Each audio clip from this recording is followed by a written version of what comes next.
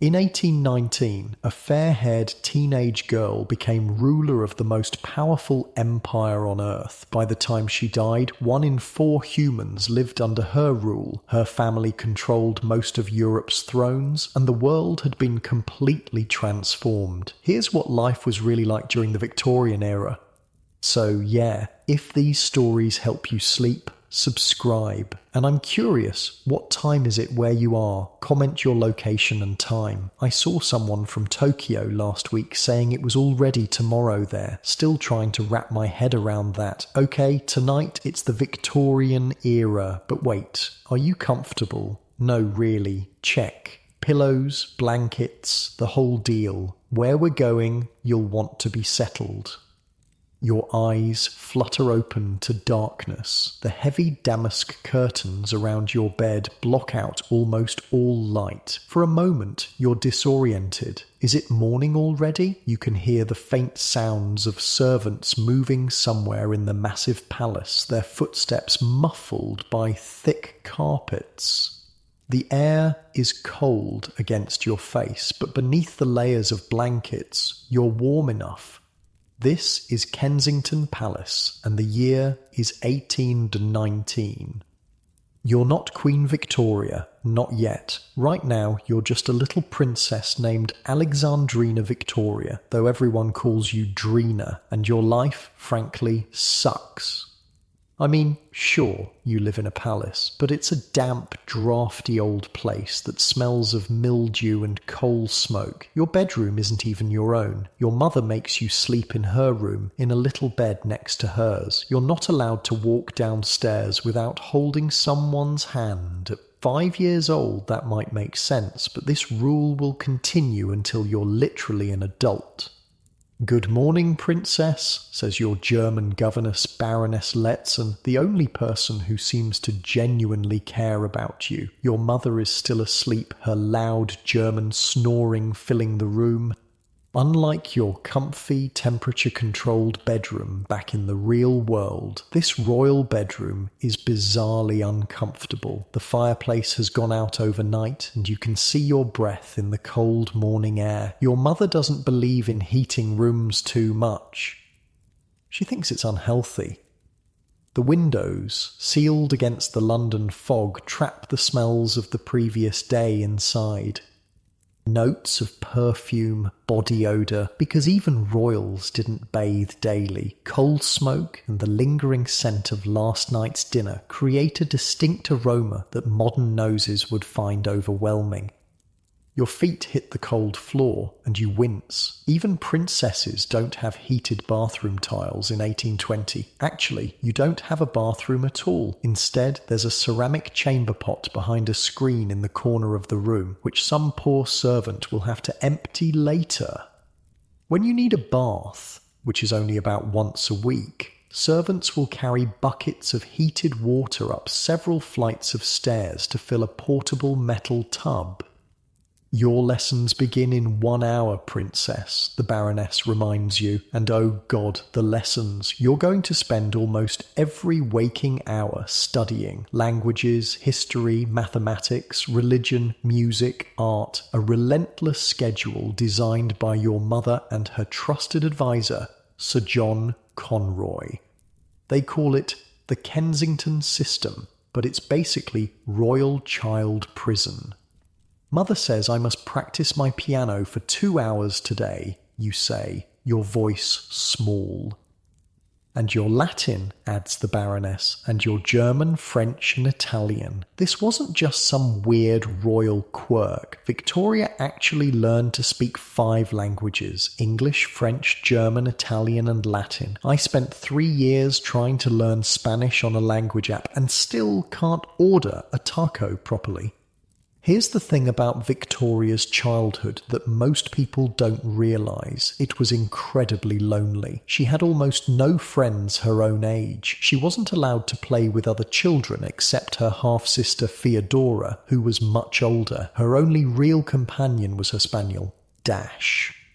"Can I play with Dash in the gardens today?" you ask hopefully. The Baroness smiles sadly. "Perhaps for a short while, if Sir John approves, the weather is suitable." That's another fun thing about being Princess Victoria. You're never allowed outside alone. Every breath of fresh air must be approved and supervised. Your mother and Conroy are terrified you might catch a cold and die before becoming queen, or worse, that someone might kidnap you or influence you to think for yourself. You see, there's something you don't know yet, but the adults around you are very aware of. You're much closer to the throne than anyone expected. Your father, Edward, Duke of Kent, was only the fourth son of King George III, but a weird series of royal deaths and a shocking lack of legitimate children has pushed you up the line of succession. Sir John says I must practice my posture today. You sigh, straightening your back automatically. Conroy, a former military officer with no actual education experience, has appointed himself in charge of making you a proper queen. Mostly this involves making you miserable. Let me paint you a picture of Sir John Conroy, because this dude was the absolute worst. Imagine a tall, imposing man with perfect posture and cold, calculating eyes. He's handsome in that stern Victorian way, always dressed impeccably, with mutton chop sideburns and an air of absolute authority. Behind closed doors, historians suspect he was having an affair with Victoria's mother. Whatever the relationship, they were definitely in cahoots to control the future queen.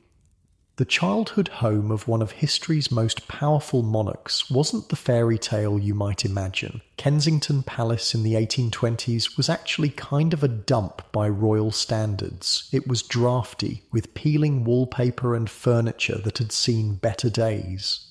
King George IV, Victoria's uncle, deliberately kept it that way because he disliked her mother. Victoria later wrote that the palace had gloomy rooms with their old-fashioned furniture and small dark passages. The walls of Kensington were literally closing in on young Victoria. Her entire world consisted of a few rooms where she was constantly watched. Even her dolls were educational tools. She had to sew their clothes herself as part of her domestic training. She wasn't allowed to read novels or attend the theatre. Her meals were plain and strictly scheduled. Every minute of her day was planned by others. Time for breakfast, the Baroness says, helping you dress in a simple white cotton dress with a pinafore. No fancy princess gowns for daily wear. Victoria's mother insisted on simple, practical clothing. Breakfast in the royal household is disappointingly basic. A small portion of porridge, some bread with butter, and weak tea with milk. Victoria's mother believed in a simple diet for children. No sugary cereals or chocolate-filled croissants here. The bread is dense and chewy, nothing like the soft sandwich bread you're used to. I've had a letter from your cousin, Princess Sophia, the Baroness mentions as you eat. She sends her regards. Cousins. You have so many cousins, all part of the vast network of European royalty. Most of them you've never met. Your mother keeps you isolated from the court, from your father's family, from anyone who might challenge her control. It's all part of the plan. Keep you dependent on her and Conroy, so when you become queen, they'll be the ones actually ruling. Hold up. Let me paint you a picture of European royalty at this time. Imagine the most dramatic, backstabbing, incestuous family reunion possible, but everyone's wearing crowns. Victoria's grandfather, George III, yes, the one who lost America, had 15 children. These royal kids and their offspring were married into every major European royal house, creating a tangled web of cousins ruling different countries. Victoria herself would later marry her first cousin, Albert. This wasn't considered weird, it was strategic family business. The king is very ill, you overhear your mother whispering to Conroy later that morning. William may not last the year. King William IV, your uncle, the current king of England. If he dies, you're next. You're 17 now, almost 18. If the king dies after your 18th birthday, you can rule alone. If he dies before, your mother becomes regent, ruling in your name. This is the countdown that dominates your adolescence. Your mother and Conroy desperately want the king to die before your birthday. You desperately need him to hang on just a little longer. I must speak with the princess about her duties, Conroy announces, striding into the room without knocking. She must sign the papers.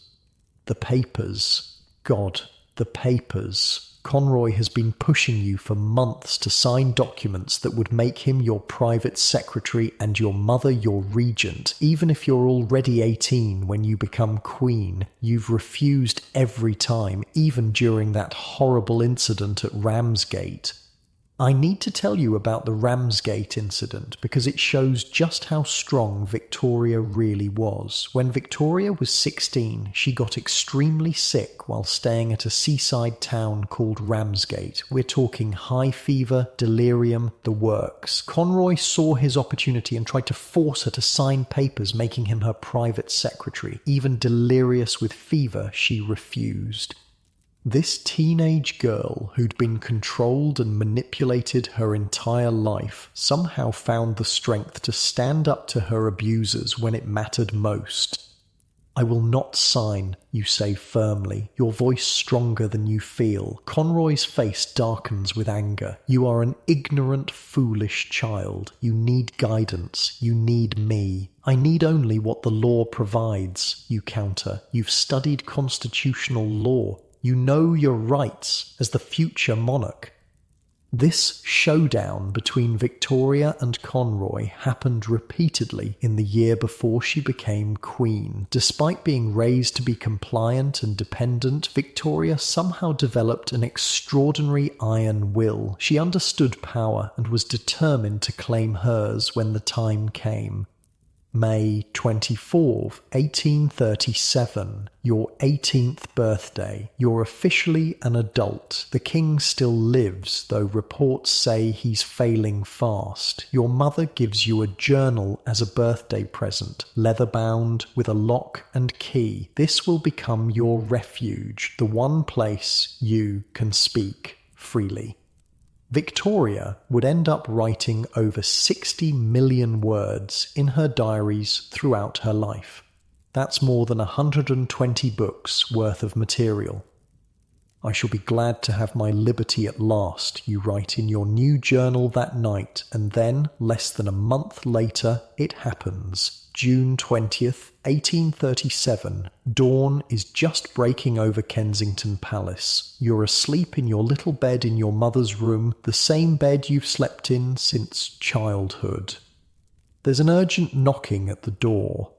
The princess must come down immediately, a voice calls. You're awakened, confused. The Baroness helps you put on a robe over your nightgown. Your hair is loose around your shoulders. No time to dress properly. You must go alone, the Baroness whispers, breaking protocol for the first time in your memory. You descend the stairs without anyone holding your hand. In the drawing room below, you find the Archbishop of Canterbury and the Lord Chamberlain waiting, both looking solemn in formal black clothes. Your Majesty, they say, bowing deeply. And just like that, everything changes.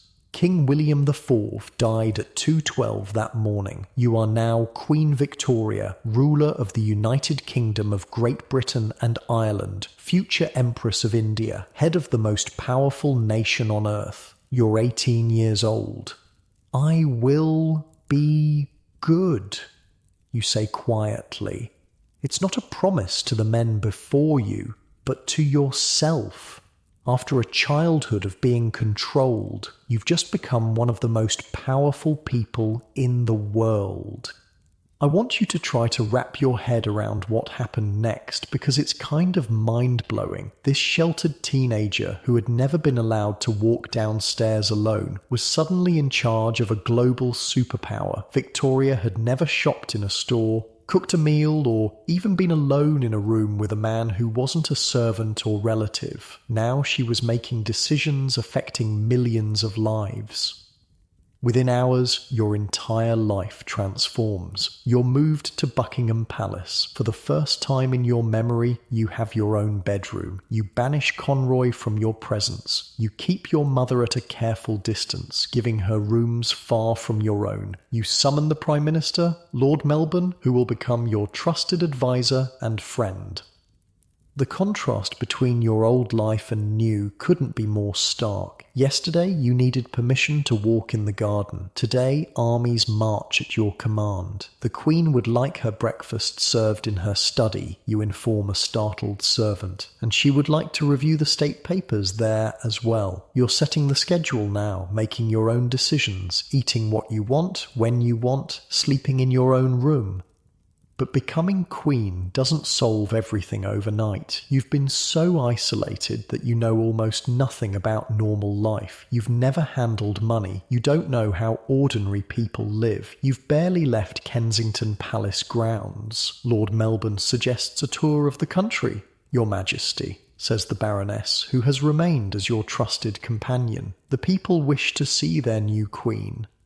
And see you they do. When you undertake your first royal tour, crowds fill the streets in every town. They throw flowers before your carriage. They cheer until they're hoarse. After the excesses and scandals of your uncles, the people are enchanted by the idea of a young, innocent queen.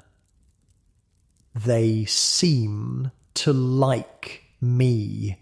You marvel to Melbourne after one particularly enthusiastic welcome. They love you, ma'am, he replies. You represent hope and a fresh beginning. Wait, I need to talk about Lord Melbourne for a second. Picture the ideal father figure, mentor, friend, all rolled into one distinguished package. That was Melbourne to young Victoria. He was 58 to her 18, widowed, childless, and completely devoted to guiding this young queen. He taught her everything about politics, governance, and royal duties. He answered her endless questions without condescension. Victoria adored him, writing in her diary that he was so clever, so kind. Some historians think she might have had a crush on him, which would be totally understandable for a teenager suddenly spending hours every day with a charming, attentive older man who treated her with respect for the first time in her life. For nearly 4 years, Melbourne was Victoria's rock. He advised her through political crises and royal scandals, including one of the first major PR disasters of her reign, the Lady Flora affair. Oh man, the Lady Flora affair was messy. One of Victoria's mother's ladies-in-waiting, Lady Flora Hastings, started showing signs of what looked like pregnancy. Victoria, who despised anyone associated with her mother and Conroy, believed the rumours that Lady Flora was carrying Conroy's child. Victoria basically slut-shamed her publicly, forcing her to undergo a humiliating medical examination. Turns out Lady Flora wasn't pregnant. She had a massive tumour on her liver. She died soon after, and the public briefly turned on Victoria for her cruelty. It wasn't Victoria's finest moment, but it showed how deep her trauma and resentment ran. This poised young queen still carried the scars of her controlled childhood, but the defining relationship of Victoria's life was yet to begin. In October 1839, her cousin, Prince Albert of Saxe-Coburg and Gotha, came to visit the English court. Now, Victoria had met Albert briefly 3 years earlier and found him pleasant but unexciting. This time was different. Albert, at 20, had grown into a strikingly handsome man, tall with dark curly hair and bright blue eyes. He was serious, intelligent, and shared Victoria's love of music and art.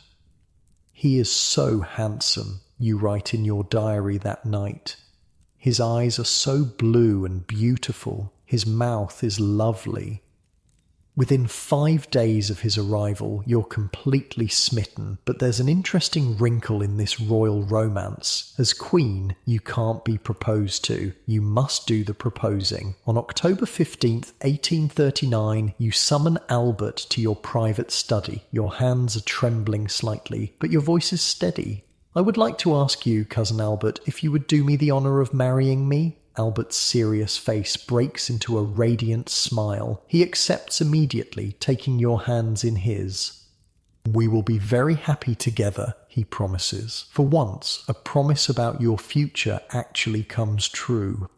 The wedding takes place on February 10th, 1840, at the Chapel Royal in St James's Palace. Unlike modern royal brides, you don't wear a tiara, just a simple wreath of orange blossoms in your hair. But you do start a tradition that continues to this day. You wear white. Before Victoria, royal brides wore heavily embroidered gowns in rich colours. Her choice of a simple white dress revolutionized wedding fashion forever. This is one of the rare royal marriages that's actually a love match. Albert is intelligent, principled, and genuinely devoted to you. He's also strikingly handsome, as contemporary accounts never fail to mention. "It was the happiest day of my life," you write in your journal that night. The wedding night itself is a revelation. Despite Victorian stereotypes, Victoria actually enjoyed sex with Albert tremendously. In private letters, she described the heavenly beauty of their intimate life together. She would later write to her eldest daughter that sexual fulfillment was one of the greatest joys of marriage and God's intention. Despite enjoying the physical aspects of marriage, Victoria was less enthusiastic about its consequences. Within weeks of the wedding, you're pregnant with your first child. "I am not at all fond of babies generally," you confide in your diary. "I think they are very disgusting when they are small." Despite this initial reluctance, Victoria and Albert would eventually have 9 children together, 9 pregnancies in 17 years. Victoria honestly hated being pregnant, calling it the shadow side of marriage. She suffered terrible morning sickness and complained about looking like a rabbit or a guinea pig when pregnant. After giving birth, she experienced what we now recognize as postpartum depression. But Albert is a devoted husband and father. Unlike most aristocratic men of the time, he's actively involved with his children. He plays with them, teaches them, and helps design their education. He romps with the children in a way that makes my heart swell. You write, "After watching Albert rolling on the floor with your oldest daughter Vicky." Together, you and Albert create a new ideal of royal family life. Domestic, moral, and outwardly perfect. You commission paintings showing your growing family in intimate, informal settings. The public, embracing the new middle-class values of home and family, adores these glimpses of royal domesticity. But while you're creating this picture-perfect royal family, the country you rule is changing at a pace never before seen in human history. Beyond the palace walls, Britain is transforming from a rural agricultural society into the world's first industrial superpower. Lord Melbourne says the population of Manchester has tripled in 20 years, you remark to Albert over breakfast one morning. He says the factories there run day and night.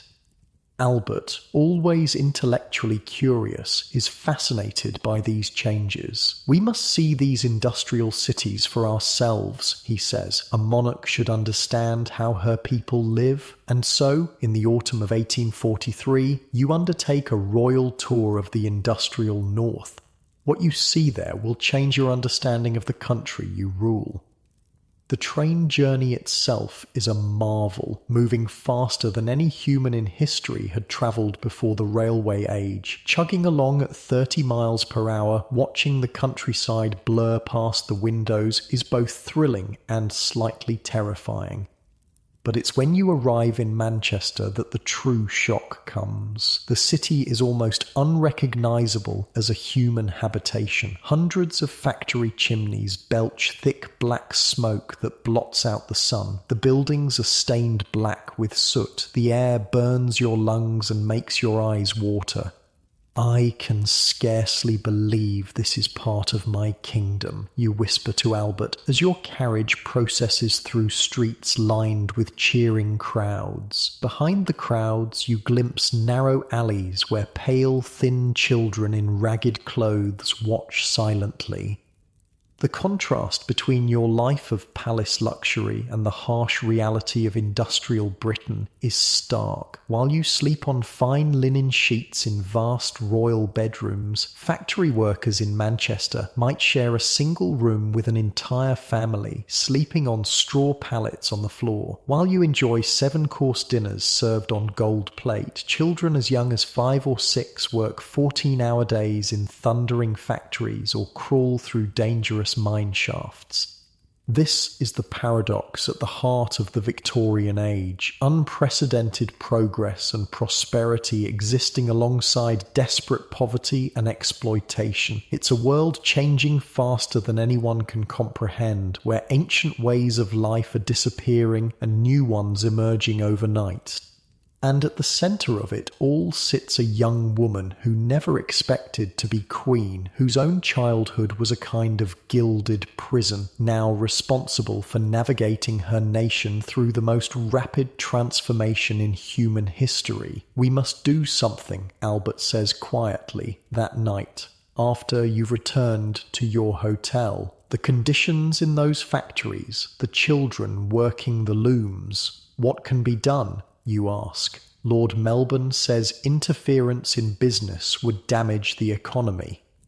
Albert shakes his head. There must be a middle path between unfettered capitalism and state control, regulations to protect the most vulnerable, particularly children. This conversation, or ones very like it, led to real reforms. Albert became a passionate advocate for improving working conditions, public health and education. Victoria, influenced by her husband, supported many of these causes.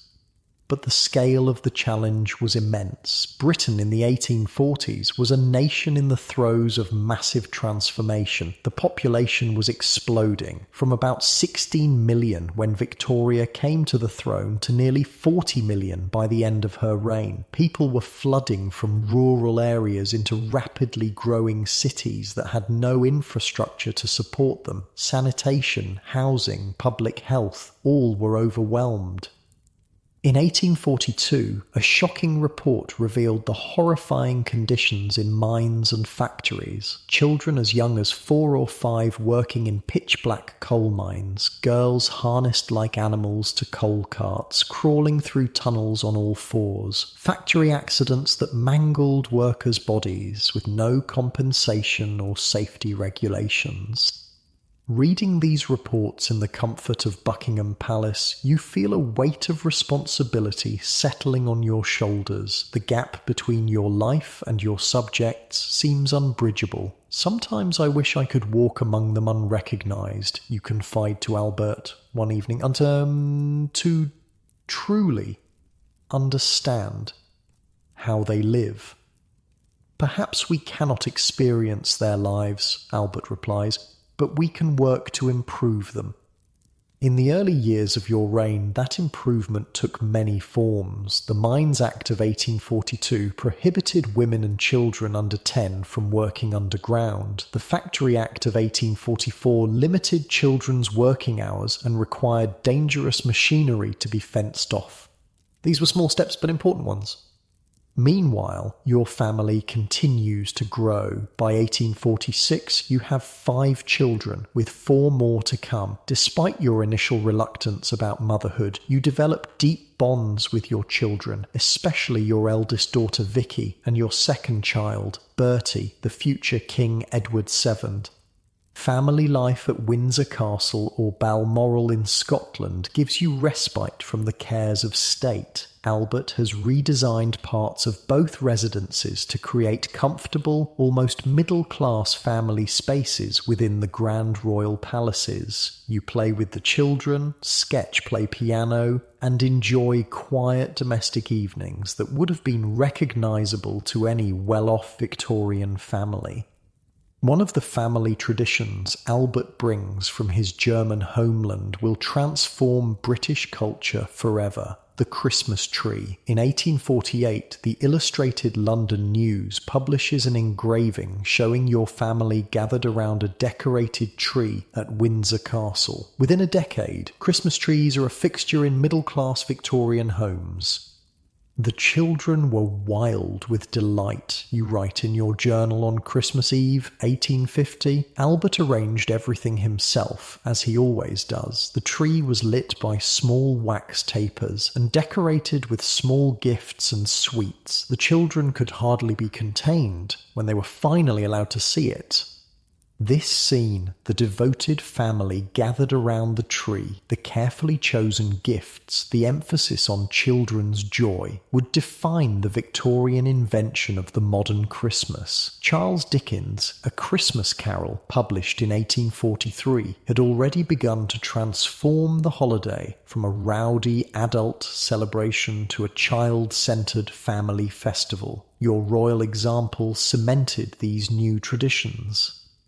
But while you're creating picture-perfect Christmases within palace walls, the country faces a catastrophe that will test your leadership. In the autumn of 1845, reports begin to arrive of a strange disease affecting potato crops in Ireland. By 1846, it's clear that this is no ordinary crop failure, but a full-scale famine. The reports from Ireland are grave indeed, Lord John Russell, your new Prime Minister, informs you. The potato crop has failed completely in many counties. There are already reports of starvation. What follows is one of the darkest chapters in British history. The Great Hunger will kill around 1 million people in Ireland and force another million to emigrate. The government response is woefully inadequate, hampered by laissez-faire economic policies and anti-Irish prejudice.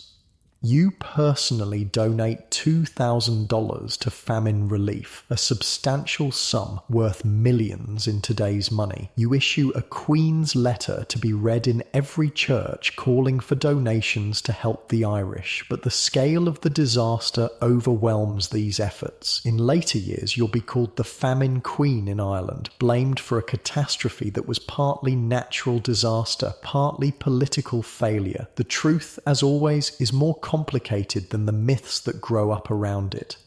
As the 1840s draw to a close, Britain is a nation of stark contrasts. Unprecedented wealth exists alongside grinding poverty. Technological marvels like the telegraph and railway transform daily life, while ancient diseases like cholera still ravage crowded cities. The Crystal Palace is rising in Hyde Park to showcase the wonders of British industry at the Great Exhibition of 1851, while in the slums of London, children die of starvation and neglect. And at the centre of it all, a young queen and her beloved husband try to chart a path forward, to use their influence to shape a changing world. Victoria is no longer the isolated, controlled princess of Kensington Palace. She has found her voice, her power, and in Albert, a partner who shares her vision of what a modern monarchy should be. "We have much to be grateful for," Albert says one evening in 1850, as you sit by the fire in your private apartments at Windsor. Outside, the winter wind howls around the ancient castle, but inside all is warm and peaceful. Your older children are asleep upstairs, the baby dozing in a cradle nearby. "Sometimes I can scarcely believe how far I have come from those gloomy rooms at Kensington," you reply, taking his hand. "Little do you know that the greatest challenges and the greatest grief still lie ahead. Wake up. No, not in your comfortable bed, not with your temperature-controlled room and filtered air.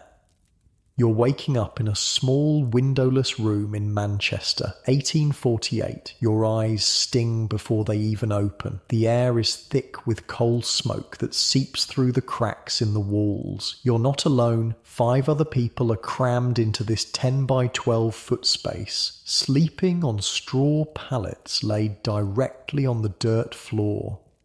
Get up, boy, mill whistles blown. A rough hand shakes your shoulder. It's your father, already dressed in the same clothes he wore yesterday and the day before that. Washing clothes is a luxury that happens maybe once a month. Welcome to the other side of Victorian Britain, far from the palace walls and royal Christmas trees. This is where the Industrial Revolution actually happens, in cramped, disease-ridden slums where the workers who power the British Empire barely survive. "I've got the cough again," your little sister wheezes from her pallet in the corner. She's 7, with spindly limbs and a hollow-cheeked face. In a wealthy family, she'd be protected, educated, cherished. Here she'll start working in the cotton mill next year. Her small fingers perfect for tying broken threads in the thundering machines. Let me paint a picture of a Victorian industrial city for you. Imagine hundreds of factory chimneys belching black smoke so thick it blocks out the sun, streets running with open sewage and factory waste, buildings packed so tightly together that entire neighbourhoods never see direct sunlight. The air doesn't just smell bad, it burns your lungs and coats your throat with grit. Your snot comes out black at the end of the day. Your eyes constantly water. Your skin is never truly clean. No time for breakfast, your father says. We're late. Late means docked wages, or even losing your job. And losing your job in Victorian England might actually kill you because there's no safety net, no unemployment insurance, no food stamps, just the workhouse, the last stop before starvation. You pull on your clothes, the same ones you've worn all week, and follow your father into the narrow street. It's barely dawn, but the city is already alive with the sounds of thousands of workers heading to factories. The cobblestones are slick with some unidentifiable muck. You try not to think about what it might be. Something dead, probably. The smell suggests as much. The overseer says I might move up to the spinning floor next month, your father says, his breath visible in the cold morning air. 2 more shillings a week. 2 more shillings. The difference between meat once a week or twice. The difference between candles for light or darkness. These tiny gradations of poverty define working class life. In the 1840s, Manchester's population exploded from about 75,000 to over 300,000 in just a few decades. People flooded in from the countryside, drawn by the promise of factory jobs. The city couldn't build housing fast enough. What they did build was often shoddy, crowded, and dangerous. As you walk, the streets get more crowded. Women carrying babies on their hips, old men hobbling on coal-black legs, children as young as 5 heading to work in the mines or factories. Everyone has the same grey pallor, the same hollow-eyed exhaustion. "Did you hear about the Turner boy?" a woman asks your father as you pass. "Lost his arm in the loom yesterday. Company says it's his fault for reaching in while it was running." Your father just nods grimly. Everyone knows someone who's been mangled by machinery. There are no safety guards, no regulations. The machines run constantly, and if you're too slow or too tired, they'll take your fingers, your hand, your arm, and then you're useless, unable to work, destined for the workhouse or the street. The mill looms ahead, a 7-story brick monstrosity with hundreds of windows. Even from outside you can hear the thunder of the machines, feel it in your chest like a second heartbeat. "See you at dinner break," your father says, heading to the men's entrance while you go through the children's door. Inside, the noise hits you like a physical force, hundreds of mechanical looms clacking and banging, the hiss of steam, the shouts of overseers. It's so loud that workers develop a special sign language to communicate. Many go partially deaf within years. But it's not just the noise that assaults you, it's the heat and humidity. The cotton threads break less often if the air is damp, so they keep the factories hot and steamy. In summer, temperatures can reach 100 degrees. Workers sometimes collapse from heat exhaustion. And the cotton fluff, it's everywhere, floating in the air like toxic snow, settling on your clothes, your skin, in your lungs. Byssinosis, brown lung disease, is what they'll eventually call it, this slow suffocation that turns so many textile workers into hollow-chested ghosts by their 30s. "You're 2 minutes late, boy," shouts Mr. Jenkins, the floor overseer. "That's a penny off your wages." A penny might not sound like much, but when you're making maybe 3 shillings a week, about $15 in today's money, every penny counts. Victorian factory discipline was brutal and unyielding. Some factories had a system of fines so extensive that workers might lose a quarter of their wages for infractions like talking, sitting down, or opening a window for fresh air. Your job is to crawl under the massive looms when threads break or the fabric tangles. It's dangerous work. The machines don't stop, and you're squeezing between moving parts that could crush you in an instant. But small bodies fit where adults can't go, and children are cheaper to employ. 10 hours. That's your workday since the 10 Hours Act of 1847. Before that, 12 or 14 hours was common, children as young as 5 working from dawn until after dark. The reformers who pushed through the 10-hour day were considered radical for suggesting that maybe, just maybe, children shouldn't work themselves to death before puberty. When dinner break finally comes, you sit on the floor with the other children, eating a piece of bread spread with dripping, congealed animal fat. If your family was doing well this week, there might be a chunk of cheese or an onion, a sip of water from a communal dipper. 20 minutes, then back to work. "Did you see the Queen is having another baby?" one of the older girls says between bites. "Must be nice being royal." The papers, cheap ones printed on rough paper with sensational headlines, made their way even to factory floors. Victoria's growing family, her dresses, her palaces, they were like fairy tales to people whose entire lives played out within a few grimy blocks.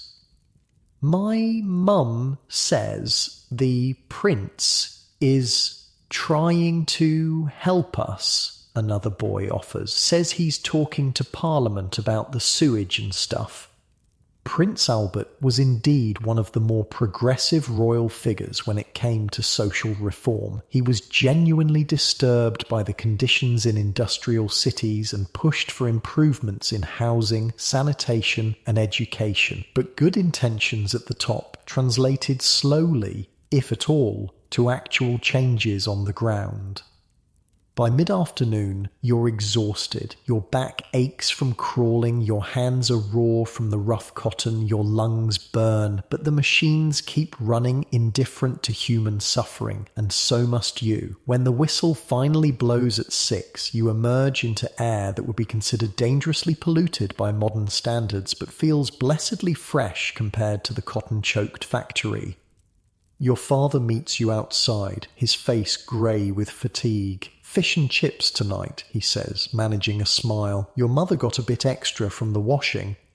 This is what passes for luxury. Fried fish and potatoes wrapped in newspaper, greasy and salty, and filling in a way your usual dinner of watery soup and bread isn't. Working-class diets in industrial cities were generally poor, heavy on carbs, light on protein and fresh vegetables. Malnutrition was common, especially among children. Rickets, caused by vitamin D deficiency, was so prevalent that bowed legs were considered a normal part of growing up. As you walk home, you pass through different neighbourhoods, each with its own distinct level of misery. There's the Irish Quarter, where families fleeing the potato famine have crowded into cellars and abandoned buildings. The mortality rate there is twice as high as the rest of the city. Don't stare, your father warns as you pass a group of hollow-eyed children picking through a pile of garbage. That could be us if the work dries up. This wasn't hyperbole. The Victorian working class lived perpetually on the edge of catastrophe. One illness, one accident, one economic downturn, and a family could slide from precarious stability into outright destitution. Back home, your mother has already returned from her job as a washerwoman. Her hands are red and cracked from lye soap and hot water. She's hung laundry on lines, crisscrossing your single room, creating a damp, steamy atmosphere that's both uncomfortable and practical. The only way to dry clothes in a space without adequate ventilation. They're saying cholera's back in the East End, she says quietly to your father.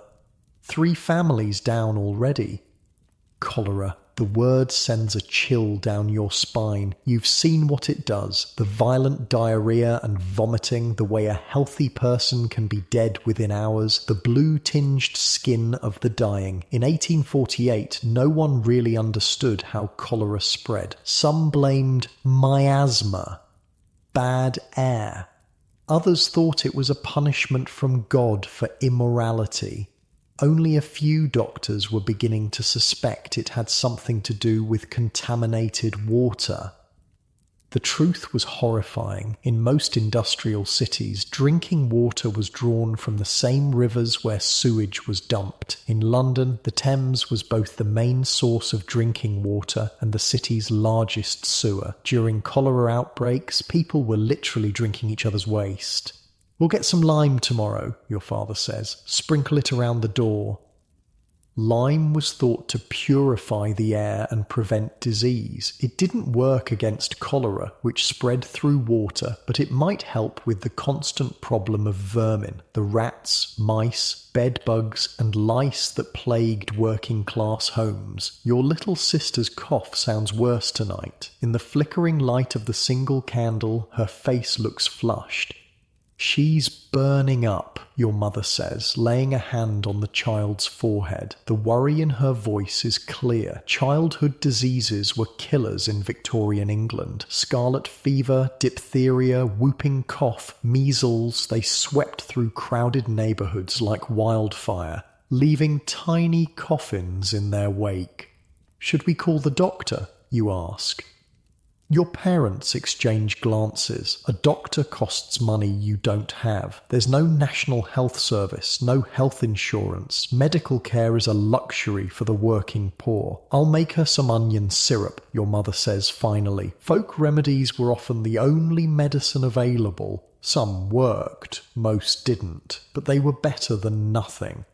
As you settle onto your pallet for the night, your sister's ragged breathing fills the small room. You're bone-tired, but sleep comes fitfully in these conditions. The walls are thin enough that you can hear your neighbours arguing, a baby crying, someone coughing wetly in the room above. Bedbugs bite when the candle goes out, leaving itchy welts by morning. This was life for the majority of people in industrial Britain, not the sanitised romantic version that shows up in costume dramas. It was brutal, grinding poverty with little hope of escape. Child mortality in poor neighbourhoods hovered around 50%. Half of all children died before their 5th birthday. Adult life expectancy in Manchester was 17 years lower than in rural areas. Meanwhile, across the country, another kind of ecological disaster was unfolding, one that would finally force Parliament to confront the sanitation crisis. London in the summer of 1858 became the site of what historians would later call the Great Stink. Years of dumping raw sewage directly into the Thames had created a river that was more waste than water. When an unusually hot summer hit, the stench became so unbearable that Parliament had to suspend sessions. Members hung sheets soaked in chloride of lime over the windows in a futile attempt to mask the smell. My nose was assailed by the most disgusting stench I have ever had the misfortune to smell, wrote one MP. It was like 1,000 privies emptied at once. The great stink finally accomplished what decades of reports about cholera deaths among the poor could not. It convinced the government to invest in a modern sewage system. The stench had reached the noses of the powerful, and suddenly sanitation became a priority. Joseph Bazalgette, a brilliant engineer, designed a network of sewers that would transform London. Over 2,100 miles of brick tunnels and pipes were built, diverting sewage away from the Thames and toward treatment plants downstream. It was one of the largest civil engineering projects of the 19th century, employing thousands of workers and using enough bricks to circle the globe twice.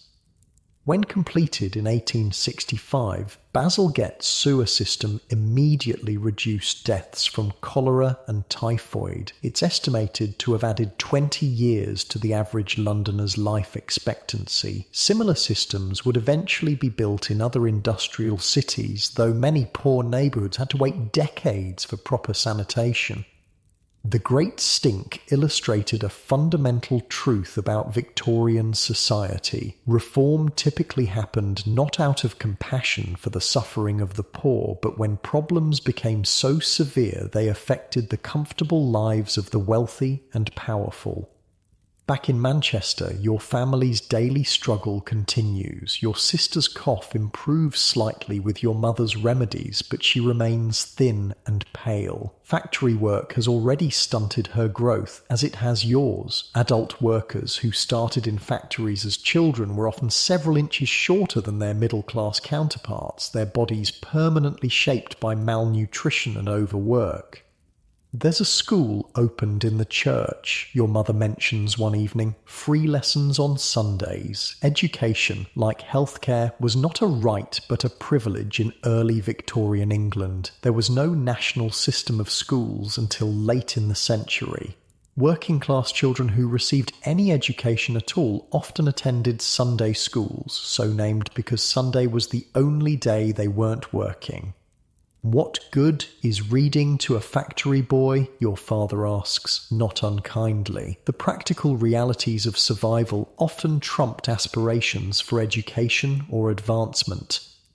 Yet despite this hard-scrabble existence, working-class communities were not just collections of misery. They developed rich cultures of mutual aid and solidarity. Neighbours who had almost nothing themselves would still take in orphaned children rather than see them sent to the dreaded workhouse. Families pooled resources during tough times. Communities organised funeral clubs so no one would suffer the ultimate Victorian shame, a pauper's burial. Music halls provided cheap entertainment. Street vendors sold everything from meat pies to second-hand clothes. Religious organisations offered not just spiritual comfort, but practical help. Soup kitchens, clothing distributions, basic medical care. Did you hear they're putting in gas lamps on the main road? Your mother says as she darns a sock by candlelight. Mrs. Higgins says they'll burn all night. Imagine that. Streets you can see in after dark. The technological marvels of the age were gradually filtering down to even poor neighbourhoods. Gaslighting, indoor plumbing, for some, mass-produced goods that made small luxuries more affordable. Progress was coming, albeit slowly and unevenly. One evening, something unusual happens. A well-dressed gentleman appears in your neighbourhood, knocking on doors and asking questions. He's accompanied by a local minister who seems to know everyone. It's one of them government inspectors, your neighbour whispers, writing a report on housing, they say. The 1840s saw the rise of the social investigator, middle and upper-class reformers who ventured into poor neighbourhoods to document living conditions. Their reports, shocking to comfortable readers, helped build momentum for reform. When they knock on your door, your parents are clearly uncomfortable with these higher-class visitors seeing your cramped, damp living quarters, but the inspector is respectful, asking about your work, your health, your wages. He takes notes in a small book, nodding gravely. 7 people in 1 room, he mutters. No ventilation, no sanitation. Exactly as Dr. Chadwick described. Edwin Chadwick's 1842 Report on the Sanitary Condition of the Labouring Population had been a landmark document explicitly connecting poor housing conditions to disease and high mortality. It helped spark the public health movement that would gradually improve living conditions in industrial cities. As the inspector leaves, he presses a coin into your sister's hand. For fruit, he says kindly, fresh fruit helps with chest ailments. Your sister stares at the sixpence in wonder. It's more money than she's ever held. Can we really buy fruit? She asks after the visitors leave. Tomorrow, your mother promises. We'll get an orange and share it. An orange, an exotic luxury, imported from Spain or Portugal, something most working-class children might taste only at Christmas, if then. This small kindness, this tiny glimpse of something better carries your family through another grueling week of factory work and persistent poverty, and that's how progress often came in Victorian Britain. Not in grand sweeping changes, but in incremental improvements fought for by reformers, reluctantly granted by authorities, gradually improving the most desperate conditions while leaving the fundamental structure of society intact. Meanwhile, in London's West End, another vision of Victorian life was taking shape. One of department stores with plate glass windows displaying unimaginable luxuries of wide boulevards swept clean of refuse, of comfortable middle-class homes with servants and indoor plumbing. The Great Exhibition of 1851 would soon showcase Britain's industrial might to the world, presenting a sanitized, triumphant narrative of progress that conveniently erased the human cost of that prosperity. These parallel Victorian Englands, the grinding poverty of industrial workers and the prosperous comfort of the middle and upper classes, existed side by side, separate worlds occupying the same geography. Prince Albert himself recognised this contradiction, writing, "The wealth which the manufacturing districts have accumulated has been partially distributed very unequally and has called into existence an entirely new population for which no place has been provided in the social system of the country." As you drift off to sleep that night, your sister's breathing sounds a little easier. Tomorrow will bring another day of factory work, another fight for survival, but perhaps, just perhaps, things might someday get better. The inspector's visit, the promised orange, the new gas lamps, tiny pinpricks of light in an otherwise dark existence.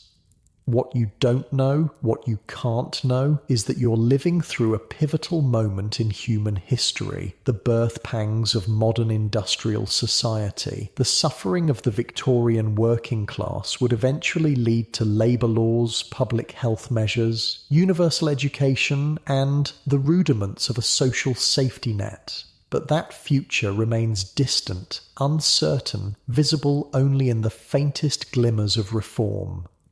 For now, you pull your thin blanket closer against the night chill and dream of oranges. Have you ever felt like you were looking through a window into another world? That's exactly what it was like in Hyde Park, London, on May 1st, 1851. Imagine yourself standing among 25,000 people crammed into a building made entirely of glass. The sunlight streams through 300,000 panes, creating rainbows that dance across the polished floors. Above you soars a barrel-vaulted roof tall enough to enclose fully grown elm trees. This is the Crystal Palace, centerpiece of the Great Exhibition, the most ambitious showcase of human achievement the world has ever seen. It's like a cathedral built for industry instead of God, murmurs a well-dressed woman next to you, clutching her husband's arm, and she's not wrong.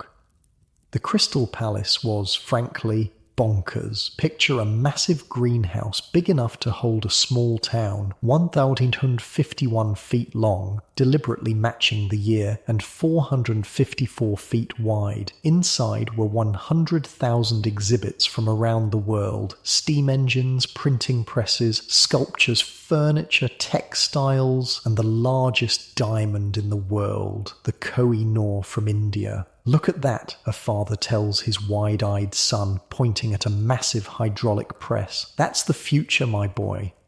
Prince Albert, Queen Victoria's husband, was the driving force behind this spectacle. The exhibition was his baby, a showcase for British innovation and a celebration of the industrial progress transforming the world. Victoria herself visited almost daily during its 6-month run, bringing her children to gape at the wonders on display.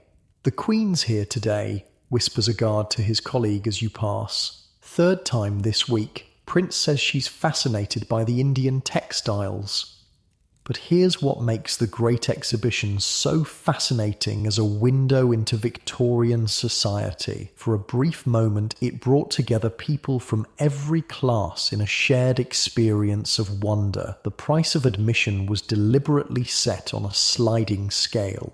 From a shilling on cheap days, affordable to skilled workers, up to 5 shillings on regular days for middle-class visitors, and much higher for the opening ceremonies and special events.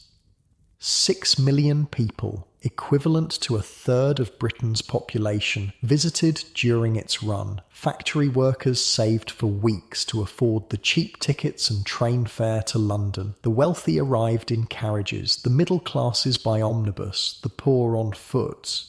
"They've got a proper water closet here," says a workingman, gesturing to his wife with excitement. "Flushes away the waste with water. Imagine that in our neighbourhood." For many visitors, the plumbing was as impressive as the industrial marvels. The Crystal Palace featured public toilets, a novelty for most, with actual flushing mechanisms. Over 827,000 visitors used them during the exhibition. Yes, they kept count. But as you wander from the exhibition back into London's streets, the illusion of a unified society quickly shatters. Step just a few blocks from Hyde Park and you'll find yourself in neighbourhoods where people live in conditions barely better than animals. London in 1851 was essentially 2 separate cities occupying the same space. The London of Buckingham Palace, gentlemen's clubs, department stores and gaslit theatres existed alongside a shadow city of slums, workhouses and grinding poverty. "Mind yourself," warns a constable as you turn down a narrow alley. "This isn't a place for decent folk after dark." The alley opens into a courtyard surrounded by crumbling tenements. Children with dirty faces play in the mud. A woman empties a chamber pot from an upper window, barely missing the passers-by below. The stench of rotting food, human waste, and unwashed bodies is overwhelming. This is St Giles, one of London's most notorious slums, known to locals as the Rookery. Similar neighbourhoods, Jacob's Island, Seven Dials, Saffron Hill, dotted the city like islands of misery amid growing prosperity. Charles Dickens, who knew these streets well, described Jacob's Island as the filthiest, the strangest, the most extraordinary of the many localities that are hidden in London. His novels didn't exaggerate the conditions. If anything, they sanitized them for his middle-class readers. The class divide in Victorian Britain wasn't just about money. It was a complete separation of realities. Different classes lived in different neighbourhoods, ate different foods, wore different clothes, even spoke differently. Most importantly, they faced wildly different odds of basic survival. Let me show you what I mean. It's morning in Mayfair, one of London's wealthiest neighbourhoods. In a grand townhouse, the Earl of Harrington's day begins around 9 a.m. A valet draws his curtains, helps him dress, and presents a breakfast of coffee, toast, eggs, kidneys, bacon, and fish, all served on fine china. The Earl's clothes for a typical day would include a tailored shirt with detachable collar, a waistcoat, a cravat or necktie, a frock coat, pressed trousers, polished boots, and a top hat if he's going out. The outfit represents the yearly income of a skilled worker. Meanwhile, in a one-room dwelling in Seven Dials, Jacob Miller, a dock worker, has already been up for hours. He left for work at 5 a.m. after a breakfast of bread and dripping, congealed fat, washed down with tea so weak you could read a newspaper through it. His wife and 5 children share the single room, which costs half their weekly income in rent. Jacob owns one set of clothes, patched repeatedly. When they're washed, rarely, water must be carried from a communal pump. He has to stay in bed until they dry. His boots have cardboard stuffed in the soles to cover the holes. The gentleman who draws the water cart says there's cholera on Bell Street. Jacob's wife tells a neighbour as they queue at the pump, 3 dead since Tuesday. Disease was perhaps the great equalizer. It affected all classes, but its impact varied dramatically depending on your social position. When cholera struck, the wealthy fled to country estates. The middle classes closed their windows and disinfected their homes with carbolic acid. The poor, crowded into filthy neighbourhoods with no sanitation, died in droves. "My sister lost 3 in a week," the neighbour replies, filling her bucket from the communal pump, the same pump that might be contaminated with sewage from nearby cesspits. They buried them in the same box to save on the funeral. A pauper's funeral was the ultimate Victorian shame. Unable to afford a proper burial, the poorest had their dead taken by the parish for interment in mass graves, sometimes dozens of bodies piled in a single pit. The horror of this fate led even the most destitute families to prioritise burial insurance, weekly payments to funeral clubs that would ensure a dignified funeral with a coffin, hearse, and individual grave. "We pay 2pence a week for each of us," Jacob's wife explains. "Better to go hungry now than be thrown in a pauper's hole at the end." The Victorian obsession with respectability created peculiar priorities. Families that could barely afford food would spend precious pennies on boot polish, clean collars, and funeral insurance, the visible markers of being decent folk rather than the truly destitute. For those who fell to the bottom rung of society, one institution loomed like a nightmare: the workhouse. The Victorian workhouse wasn't just a shelter for the homeless or unemployed. It was a deliberately punitive institution designed to make poverty so unpleasant that only the truly desperate would seek help. The 1834 Poor Law Amendment Act, known to critics as the New Poor Law, established that anyone receiving public assistance had to enter a workhouse. "My John would rather die in the street than go to that place," an elderly woman says, her gnarled hands trembling. "They separate man and wife, 30 years married, and they'd put us in different buildings like criminals." She's not exaggerating. Workhouses were designed to break family bonds. Husbands and wives were housed separately and might go months without seeing each other. Children over 7 were taken from their mothers. Inmates wore uniforms, followed strict schedules, ate bland food in silent dining halls, and performed tedious, often pointless labour, breaking stones, picking oakum, unravelling old ropes into fibres, or turning cranks that produced nothing.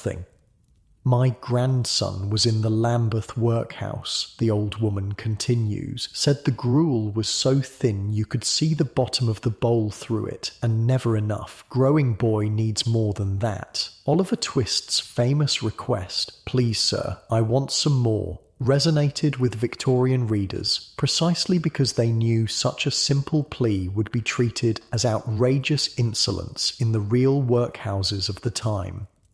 The workhouse cast such a long shadow of fear that many families would go to extraordinary lengths to avoid it, including slow starvation, dangerous work, prostitution, or crime. Better the devil you know than the workhouse devil, as a common saying went. Across town, in a comfortable villa in the new suburb of Bayswater, the Davis family represents another reality entirely, the rising Victorian middle class. Mr. Davis is a bank clerk earning $300 a year, about $45,000 in today's money. They employ 3 servants, a cook, a housemaid, and a nursemaid for their 4 children. Mrs. Davis has never cleaned a floor, washed clothes, or cooked a meal in her married life. Her days revolve around managing the household, making social calls, and raising her children. The family eats 3 substantial meals daily, with meat at both lunch and dinner. "I've ordered a new dress for Lady Simmons' garden party," Mrs. Davis tells her husband over breakfast. "The blue silk was simply too old-fashioned. Mrs. Phillips had almost the same style at church last Sunday." For middle-class Victorian women, appearances were everything. Their homes, clothes, manners, and children were all reflections of their social standing. Maintaining this facade often required ruthless economizing behind the scenes, cutting corners on servants' food to afford better cuts of meat for the family table, or darning sheets in private while presenting an immaculate front parlour to visitors. The Victorian middle class was obsessed with moral respectability, especially as many were just a generation removed from working class origins. They embraced rigid codes of behaviour, religious observance, and social etiquette as ways to distance themselves from their roots. "The Browns have let their daughter walk out with that young shopkeeper," Mrs. Davis says disapprovingly. "I always said they were a bit common." Social climbing was an art form with elaborate rules about who could associate with whom. Trade was looked down upon by professionals, who were in turn considered inferior to the gentry. Subtle distinctions in accent, vocabulary, and manners instantly identified someone's precise place in the social hierarchy.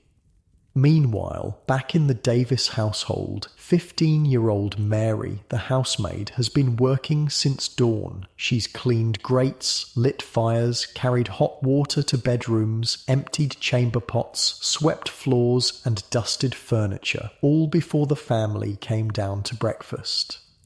"Girl, the brass on the front door isn't properly polished," Mrs. Davis scolds. "See to it immediately."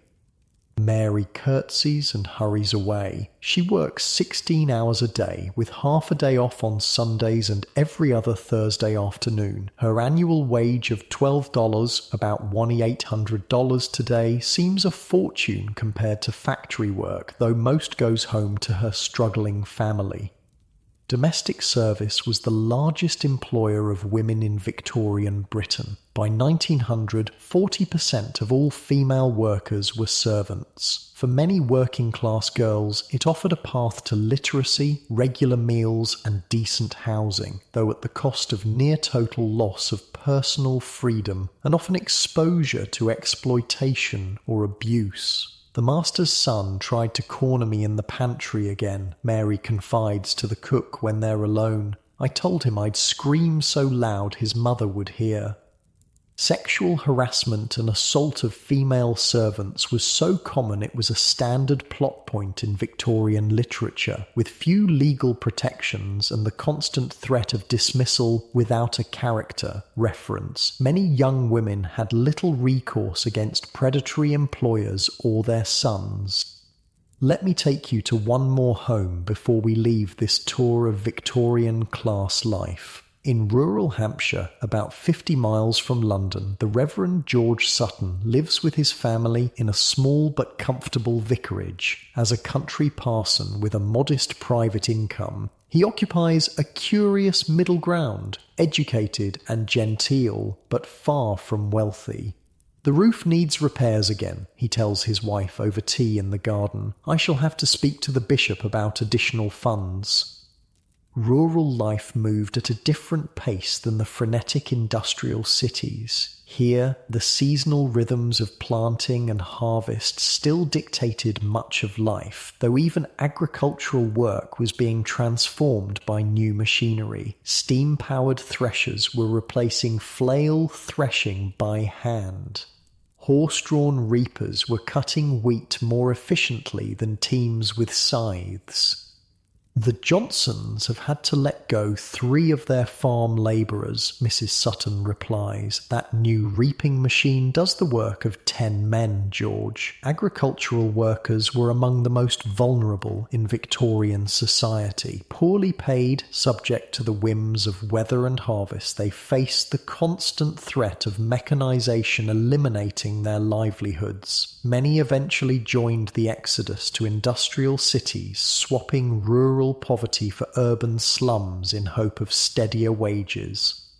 The vicar's position gave him a unique view of his parish's social divisions. He dined occasionally with the local gentry at the manor house, counselled middle-class shopkeepers and farmers, and ministered to the poorest agricultural labourers in their cottages.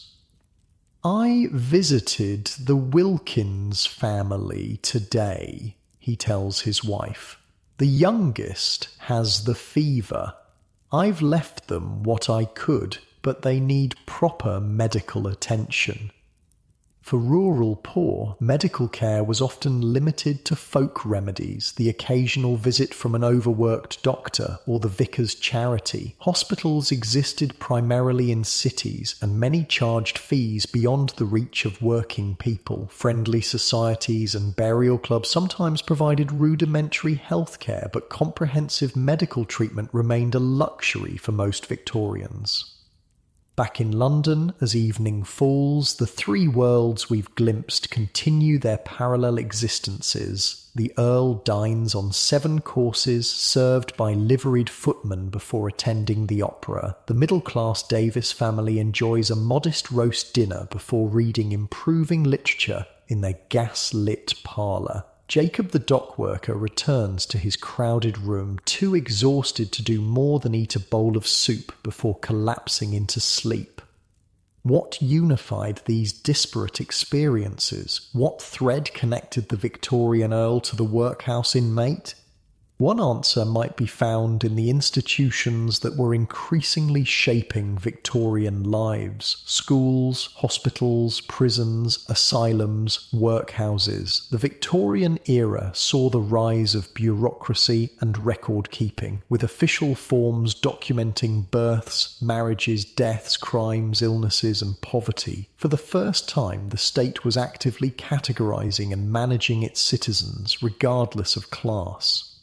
Another common thread was the unprecedented pace of change. Whether riding in a first-class railway carriage or working on the railway lines, Victorians of all classes were experiencing a world transforming more rapidly than ever before in human history. Technologies that seemed miraculous in 1850 would be commonplace by 1870. Cities doubled in size within decades. Old certainties crumbled while new possibilities emerged. This relentless change created both opportunity and anxiety. The Victorian era saw explosive growth in the middle class as new professions and commercial ventures created paths to prosperity unknown to previous generations. But it also produced new forms of vulnerability, as traditional safety nets of extended family and stable communities frayed in the face of urbanisation and industrialisation. The class system itself was simultaneously becoming more rigid in its social boundaries, while more permeable in terms of mobility. Nouveau riche industrialists might buy country estates but find themselves snubbed by old money neighbours. Educated professionals claimed higher status than wealthy merchants. The expanding empire created opportunities for adventurous souls to reinvent themselves far from home.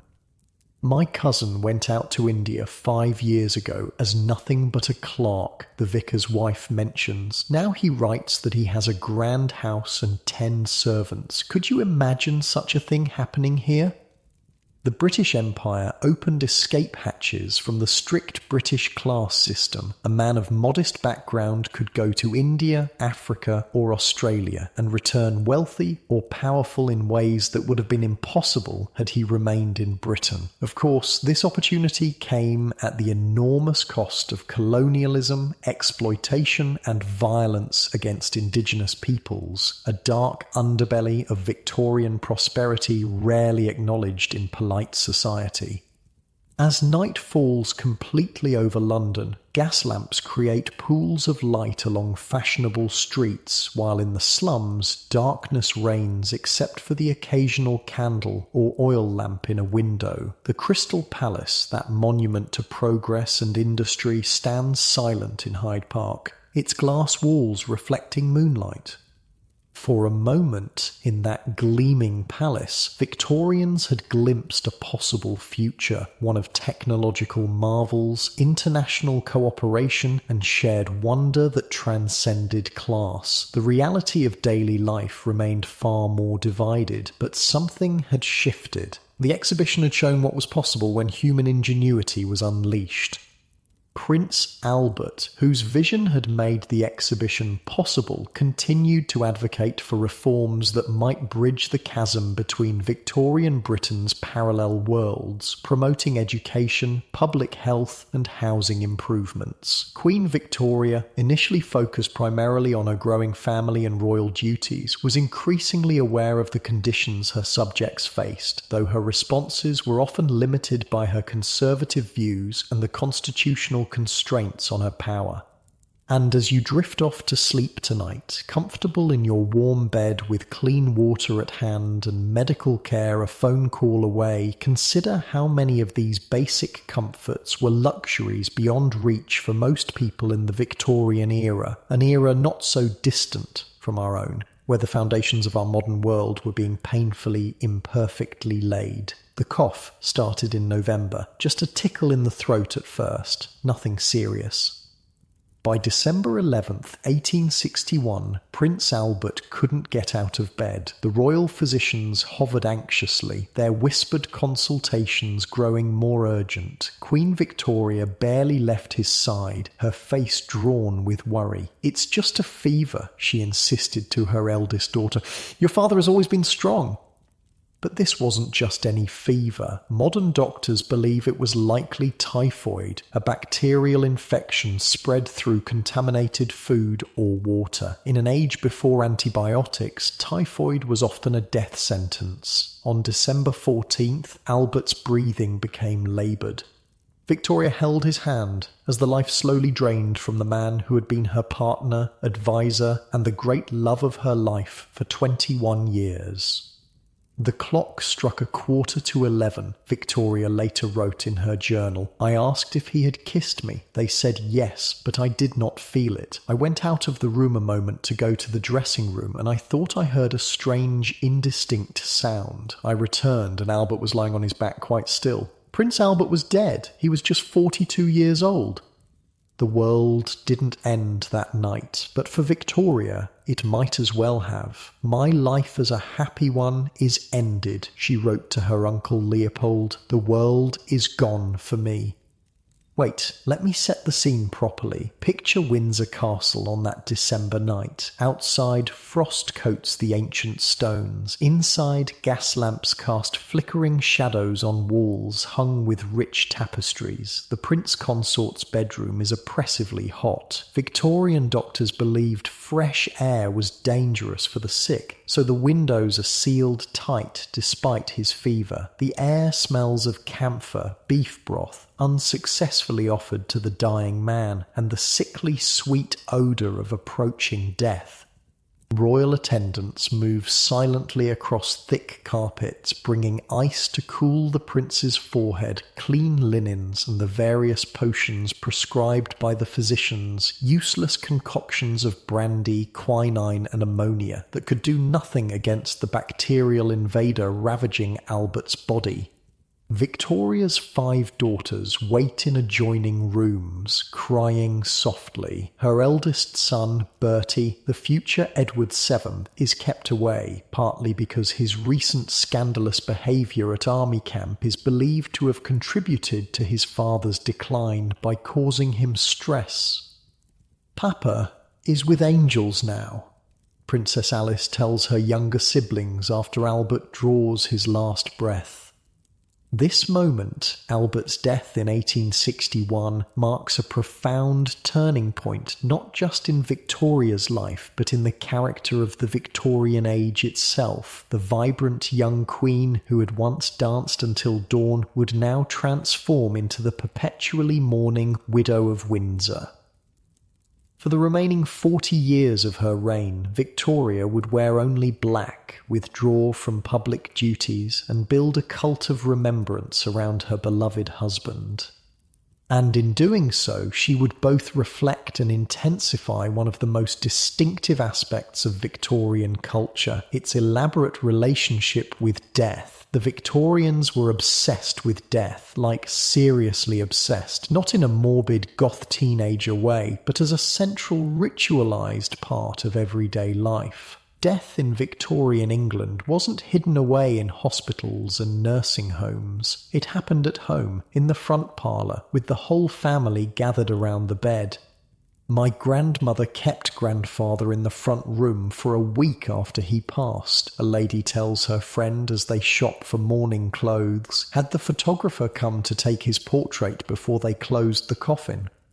Yes, you heard that right. Post-mortem photography was a common Victorian practice. Families who might never have been able to afford a portrait in life would scrape together money to have a final image of their loved ones after death. Sometimes the deceased would be posed as if sleeping. Sometimes they'd be arranged in family groups, propped up among the living. Children who died young might be posed with favourite toys.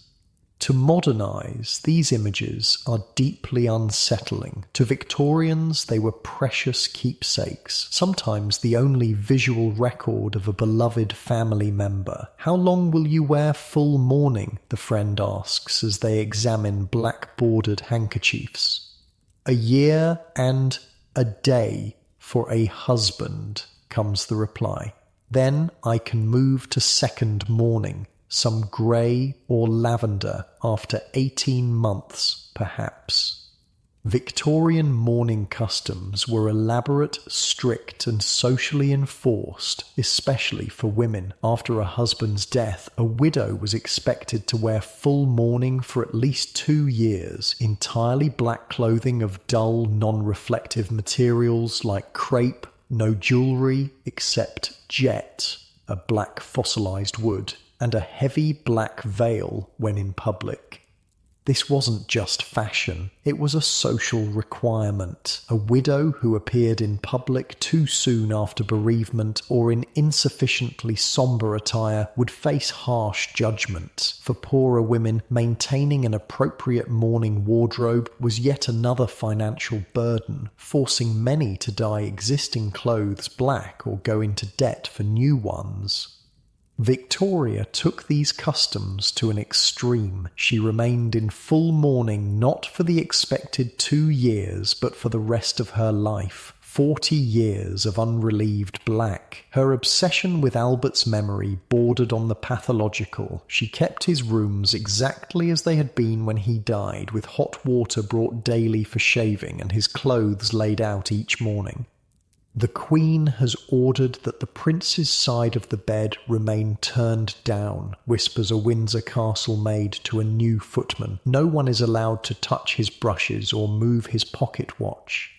Victoria's retreat from public life after Albert's death caused a serious crisis for the monarchy. For years, she refused to open Parliament, attend public functions, or make appearances, while she continued to work diligently behind the scenes, reading state papers, corresponding with ministers, maintaining her detailed journal. Her subjects began to question the value of an invisible queen.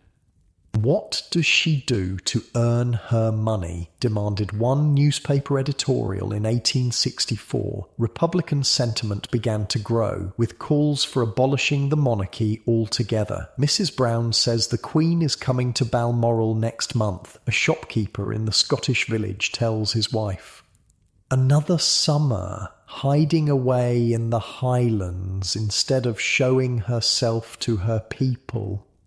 Ah yes, John Brown. We should talk about him because he's key to understanding Victoria's middle years. Brown was a Scottish servant from the Balmoral estate who became Victoria's close companion after Albert's death. Rough-mannered, forthright, and utterly devoted to the Queen, he provided the emotional support and practical assistance Victoria desperately needed. Rumours spread that they were lovers, or even secretly married, leading to Victoria being nicknamed Mrs. Brown by critics. While historians generally believe the relationship remained non-romantic, it clearly provided Victoria with comfort during her darkest years. When Brown died in 1883, Victoria was devastated all over again. But we're getting ahead of ourselves. Let's zoom out from Windsor Castle and Victoria's personal grief to see how the Victorian relationship with death shaped society more broadly. Death in Victorian England was ever present in a way that's difficult for us to imagine today. The average life expectancy for a labourer in Liverpool was just 15 years. In London, it was 26 for working class men. Even the wealthy weren't spared. Infectious diseases like typhoid, cholera and tuberculosis could strike anyone. Children were especially vulnerable. Infant mortality ran as high as 50% in poor areas. Victorian literature is filled with deathbed scenes of angelic children because these were common experiences that resonated with readers who had lost their own little ones. The Thompson baby was buried yesterday, a woman tells her neighbour as they hang laundry in a London courtyard. That's 3 she's lost before their first birthday. The little angels are watching over her from heaven, I suppose.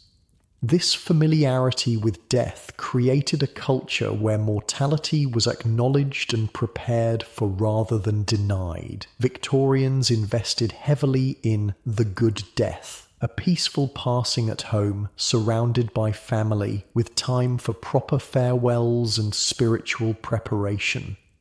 The funeral industry boomed as never before. Elaborate funeral processions became status symbols with horse-drawn hearses sporting black ostrich plumes, professional mourners hired to walk behind the coffin, and specially designed mourning jewellery containing locks of the deceased's hair.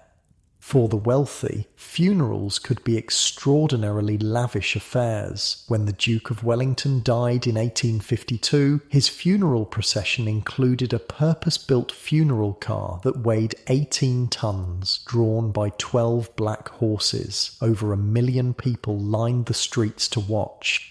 At the other end of the social scale, the poor scraped together pennies for burial insurance, terrified of the pauper's grave. Some families kept dead relatives at home for days longer than was safe, desperately trying to gather enough money for a decent burial. My Tommy saved 3 years for his funeral, an elderly widow tells the parish priest, paid every week to the burial society. He always said he'd go into the ground proper, not in the parish pit with strangers.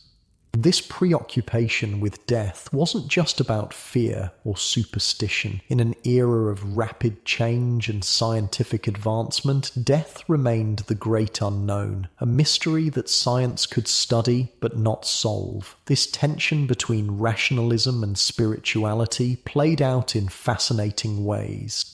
Take the scientific study of death itself. The Victorian period saw the birth of modern medicine, with tremendous advances in understanding anatomy, disease, and treatment. Medical schools needed cadavers to study, which led to the gruesome practice of body snatching. stealing freshly buried corpses to sell to medical schools, and even to murder, as in the infamous case of Burke and Hare, who killed 16 people to supply bodies to an Edinburgh anatomist. They've put an iron cage over old Mrs. Wilson's grave, a cemetery watchman tells his colleague. Families afraid of the resurrection men coming for her. These mortsafes, iron cages or heavy stone slabs placed over new graves, can still be seen in some British cemeteries today. Silent testimony to the fear of having one's final rest disturbed by body snatchers.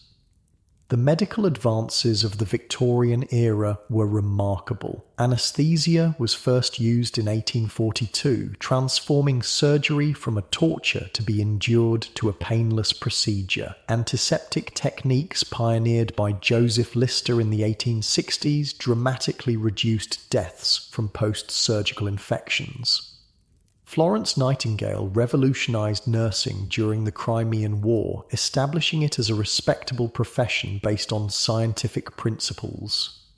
But these scientific advances existed alongside persistent superstitions and spiritual beliefs about death. The Victorian era saw an explosion of interest in spiritualism, the belief that the dead could communicate with the living through mediums. Mrs. Egerton is hosting a séance on Thursday, a society matron tells her friend over tea. She claims her medium made the table rise completely off the floor last week. Apparently, Lady Westmoreland's dead husband spoke through her. Even Queen Victoria, despite her conventional religious beliefs, showed interest in spiritualism after Albert's death, though she never fully embraced it. Seances, spirit photography, which claimed to capture images of ghosts, automatic writing and Ouija boards became popular pastimes among all classes. For many, these practices offered comfort, the possibility of reconnecting with lost loved ones, while for others, they provided thrilling entertainment in an era before cinema or television. This collision of scientific rationalism with spiritual yearning created the perfect conditions for a literary explosion. The Victorian era gave us both realistic social novels and the birth of fantasy, science fiction, and horror as we know them today. Mary Shelley's Frankenstein, published in 1818 but widely read throughout the Victorian period, explored the ethical implications of science's power over death. Bram Stoker's Dracula, 1897, played on fears of contagion, foreignness, and forbidden sexuality. Robert Louis Stevenson's Strange Case of Dr. Jekyll and Mr. Hyde, 1886, examined the duality of human nature. These weren't just entertaining stories, but explorations of the anxieties bubbling beneath Victorian propriety. "Have you read this?" a young man asks his companion at a bookshop, holding up a copy of The Coming Race by Edward Bulwer Lytton. It imagines a superior species living beneath the earth with powers beyond our understanding, makes one wonder what might truly exist beyond our knowledge. This Victorian openness to supernatural possibilities may seem at odds with the era's emphasis on scientific progress, but in many ways they were two sides of the same coin. Both represented attempts to understand and control the unknown. The Victorians built museums to categorize the natural world, invented technologies to master distance and time, and developed sciences to explain human behavior, all while holding seances, writing ghost stories, and keeping locks of hair from their dead loved ones. This paradox extended to their views on medicine and the body. Victorian mainstream medicine made tremendous scientific advances, yet folk remedies and potent medicines, often containing alcohol, cocaine, or opium, remained wildly popular across all classes. "Dr. William's pink pills for pale people cured my sister's nervous debility," a woman tells her friend as they pass an advertising poster, "and Mrs. Winslow's soothing syrup works wonders for my baby's teething pains." That soothing syrup, by the way, contained morphine. Many Victorian children were regularly dosed with opiates to keep them quiet. Mercury, arsenic, and strychnine were common ingredients in medical treatments. Cocaine was recommended for everything from toothaches to depression. When Victoria gave birth to her last two children, she used chloroform as an anaesthetic, a controversial decision at the time, as many religious authorities believed women were meant to suffer in childbirth as punishment for Eve's sin. Victoria's royal example helped make pain relief in childbirth more acceptable for ordinary women. By the 1870s, Victoria was slowly emerging from the deepest phase of her mourning, though she would wear black and maintain many mourning customs for the rest of her life. She began to make more public appearances, published books about her life with Albert, and took an increasing interest in her expanding empire. The Queen has agreed to open Parliament this year, an excited newspaper editor tells his staff. First time in ages, I want a full report, what she wore, how she looked, every detail. Victoria's gradual return to public life coincided with a shift in how the monarchy presented itself. Rather than emphasising the Queen's remote majesty, royal publicity increasingly focused on her role as matriarch of a vast family and symbolic mother to her subjects. Images of the grandmother of Europe, surrounded by her numerous children and grandchildren, helped humanise the monarchy and rebuild public support. This familial image of royalty perfectly matched the Victorian era's elevation of domestic life as a moral ideal. The Victorian middle-class home was conceived as a haven from the competitive, amoral world of business, a feminised space of moral virtue presided over by the angel in the house, the ideal Victorian wife and mother. A man's business may take him into all sorts of unsavoury places, a vicar tells a group of young women at a church social, but the virtuous woman creates a home where his better nature may flourish, where the children may be raised in godliness, and where Christian values reign supreme. This idealisation of home life was reflected in Victoria and Albert's deliberate presentation of themselves as a model family. Their Christmas celebrations at Windsor, complete with German-style decorated trees, gift-giving, carols and games, established traditions that would be copied by middle-class families across Britain. Even in her widowhood, Victoria maintained this domestic focus, surrounding herself with her children and eventually grandchildren at family gatherings at Osborne House, Balmoral and Windsor. But behind the scenes, Victoria's relationship with her 9 children was complex. She was by turns controlling, critical, dependent, and affectionate. Her eldest son, Bertie, the future Edward VII, bore the brunt of her disappointment as she considered him frivolous and inadequate compared to his father. "If only you had half your father's intellect and moral fibre," she wrote to him in one particularly cutting letter. "Ouch, Mom. Tell us how you really feel." Victoria's deep attachment to Albert's memory meant that her children could never quite measure up to their idealised father. She leaned heavily on her daughters, especially Beatrice, her youngest, who was expected to remain unmarried and serve as her mother's companion. When Beatrice eventually did marry, Victoria only consented on the condition that the couple would live with her.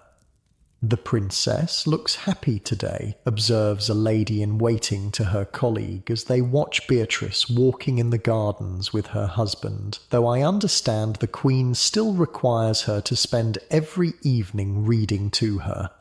Victoria's controlling nature extended to her attempts to arrange advantageous marriages for her children, using her extensive family connections across European royalty. Through these marriages, she became literally the grandmother of Europe, with descendants on the thrones of Britain, Germany, Russia, Greece, Romania, Spain, Norway, and Sweden.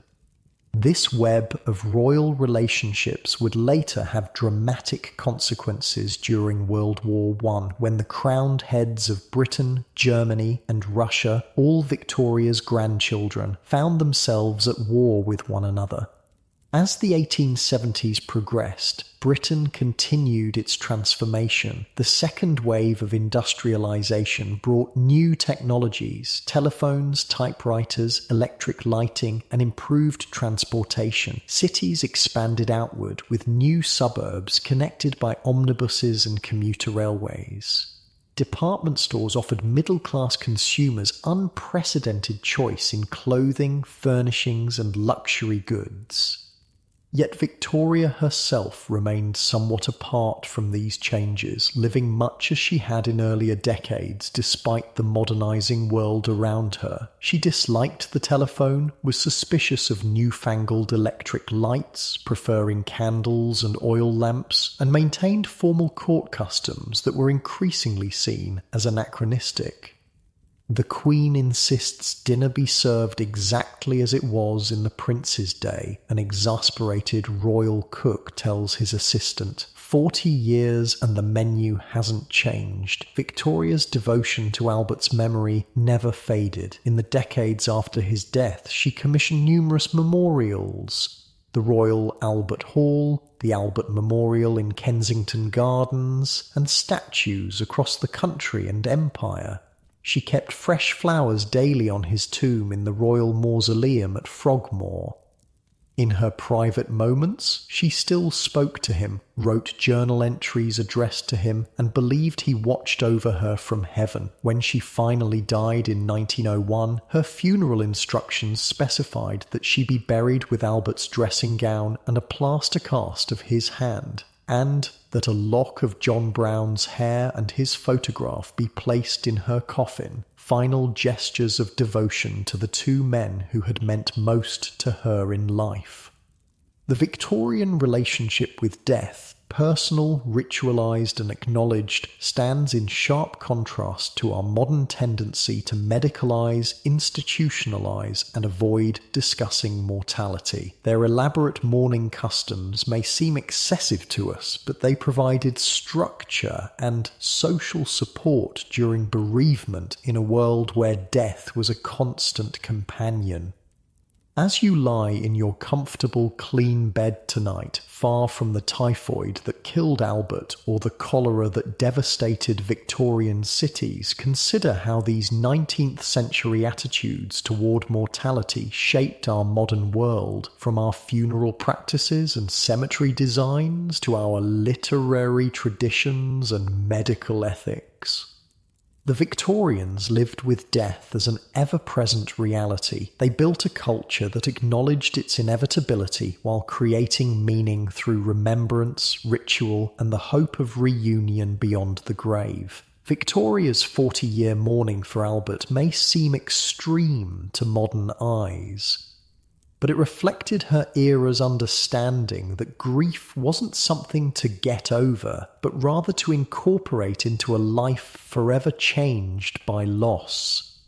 Empress of India. The words hung in the air of the ornate cabinet room as Prime Minister Benjamin Disraeli presented the proposal to Queen Victoria in 1876, a new title for an ageing queen, a shiny consolation prize after decades of grief. The crown jewel of the British Empire should have a worthy title for its sovereign, Disraeli added, his dark eyes watching the Queen carefully. Victoria, now in her late 50s, considered the idea. She had never visited India and never would, yet this vast subcontinent on the other side of the world, with its ancient civilizations and hundreds of millions of subjects, was now the cornerstone of British imperial power. "I rather like it," she said finally, a rare smile crossing her face. Victoria had been gradually emerging from her deep mourning for Albert. The new title appealed to her. It acknowledged Britain's expanding global power and elevated her status relative to her grandson Kaiser Wilhelm and the other European monarchs. In an era when women had few legal rights, Victoria, paradoxically, wielded influence over the largest empire the world had ever seen. Wait, let me back up, because to understand how Victoria became Empress of India, you need to understand how utterly bonkers the British Empire was during this period. Picture a map of the world in 1876. Now colour 1/4 of it red. That's the British Empire at its height. It covered 13.7 million square miles, 63 times the size of the United Kingdom itself. And under Victoria, it grew and grew and grew, ultimately encompassing 458 million people, 1 in 4 humans alive. The sun never sets on the British Empire, people would say, and this wasn't poetic language, it was literal. At any given moment, at least one part of the empire was in daylight. The British Empire was basically history's most successful multinational corporation, with a military wing that would make Blackwater blush. It started with trade, then added guns, then added flags. The East India Company, a private business with its own army, had controlled much of India since the 1750s. After the Indian Rebellion of 1857, which the British called the Mutiny and Indians would later call the First War of Independence, the British government took direct control. Did you hear? They're transferring India to the Crown, a London businessman tells his colleague over brandy at their club. Too important to be left to a trading company, apparently. Quite right, his friend replies, though I hear the company directors are being generously compensated. This was the Government of India Act of 1858, which dissolved the East India Company and transferred its territories and powers directly to the British Crown. 18 years later, Victoria would be proclaimed Empress of India, solidifying British control. What did all this actually mean for people living through it? Let me paint you a few scenes from across the empire.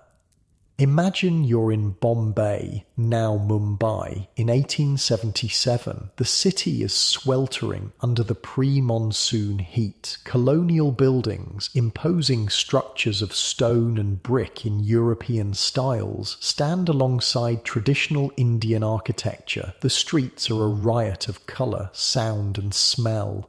Merchants calling their wares, sacred cows wandering freely, the aroma of spices mixing with less pleasant urban odours.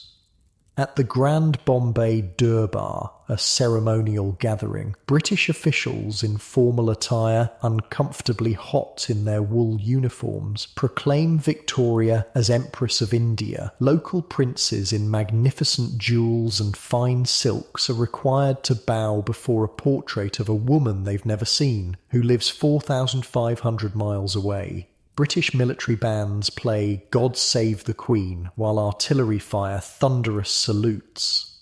The natives seem quite pleased with the new arrangement, a British officer's wife writes to her sister in Hampshire, though I doubt they truly understand the significance. This patronising attitude was typical. Most British in India viewed themselves as bringing civilization to what they considered a backward land, conveniently ignoring India's ancient cultural heritage, sophisticated artistic traditions, and complex religious systems. Let's jump across the empire to the Caribbean. In Jamaica, the 1870s are a time of continued hardship for the black population. Slavery had been abolished throughout the British Empire in 1833, but freedom hadn't brought equality or prosperity. Economic exploitation, racial discrimination, and political disenfranchisement remained the reality for most. My grandfather was a slave on this same plantation, an elderly Jamaican man tells his grandchildren as they cut sugarcane under the burning sun. Now I'm free, but still working the white man's land for pennies. Some things change, some don't. The plantation owner, a third-generation Englishman who has never visited Britain, lives in a grand house on a hill overlooking the fields. His income depends on cheap labour and preferential trade agreements with Britain. The empire was built on such economic relationships, extracting raw materials from colonies and selling manufactured goods back to captive markets.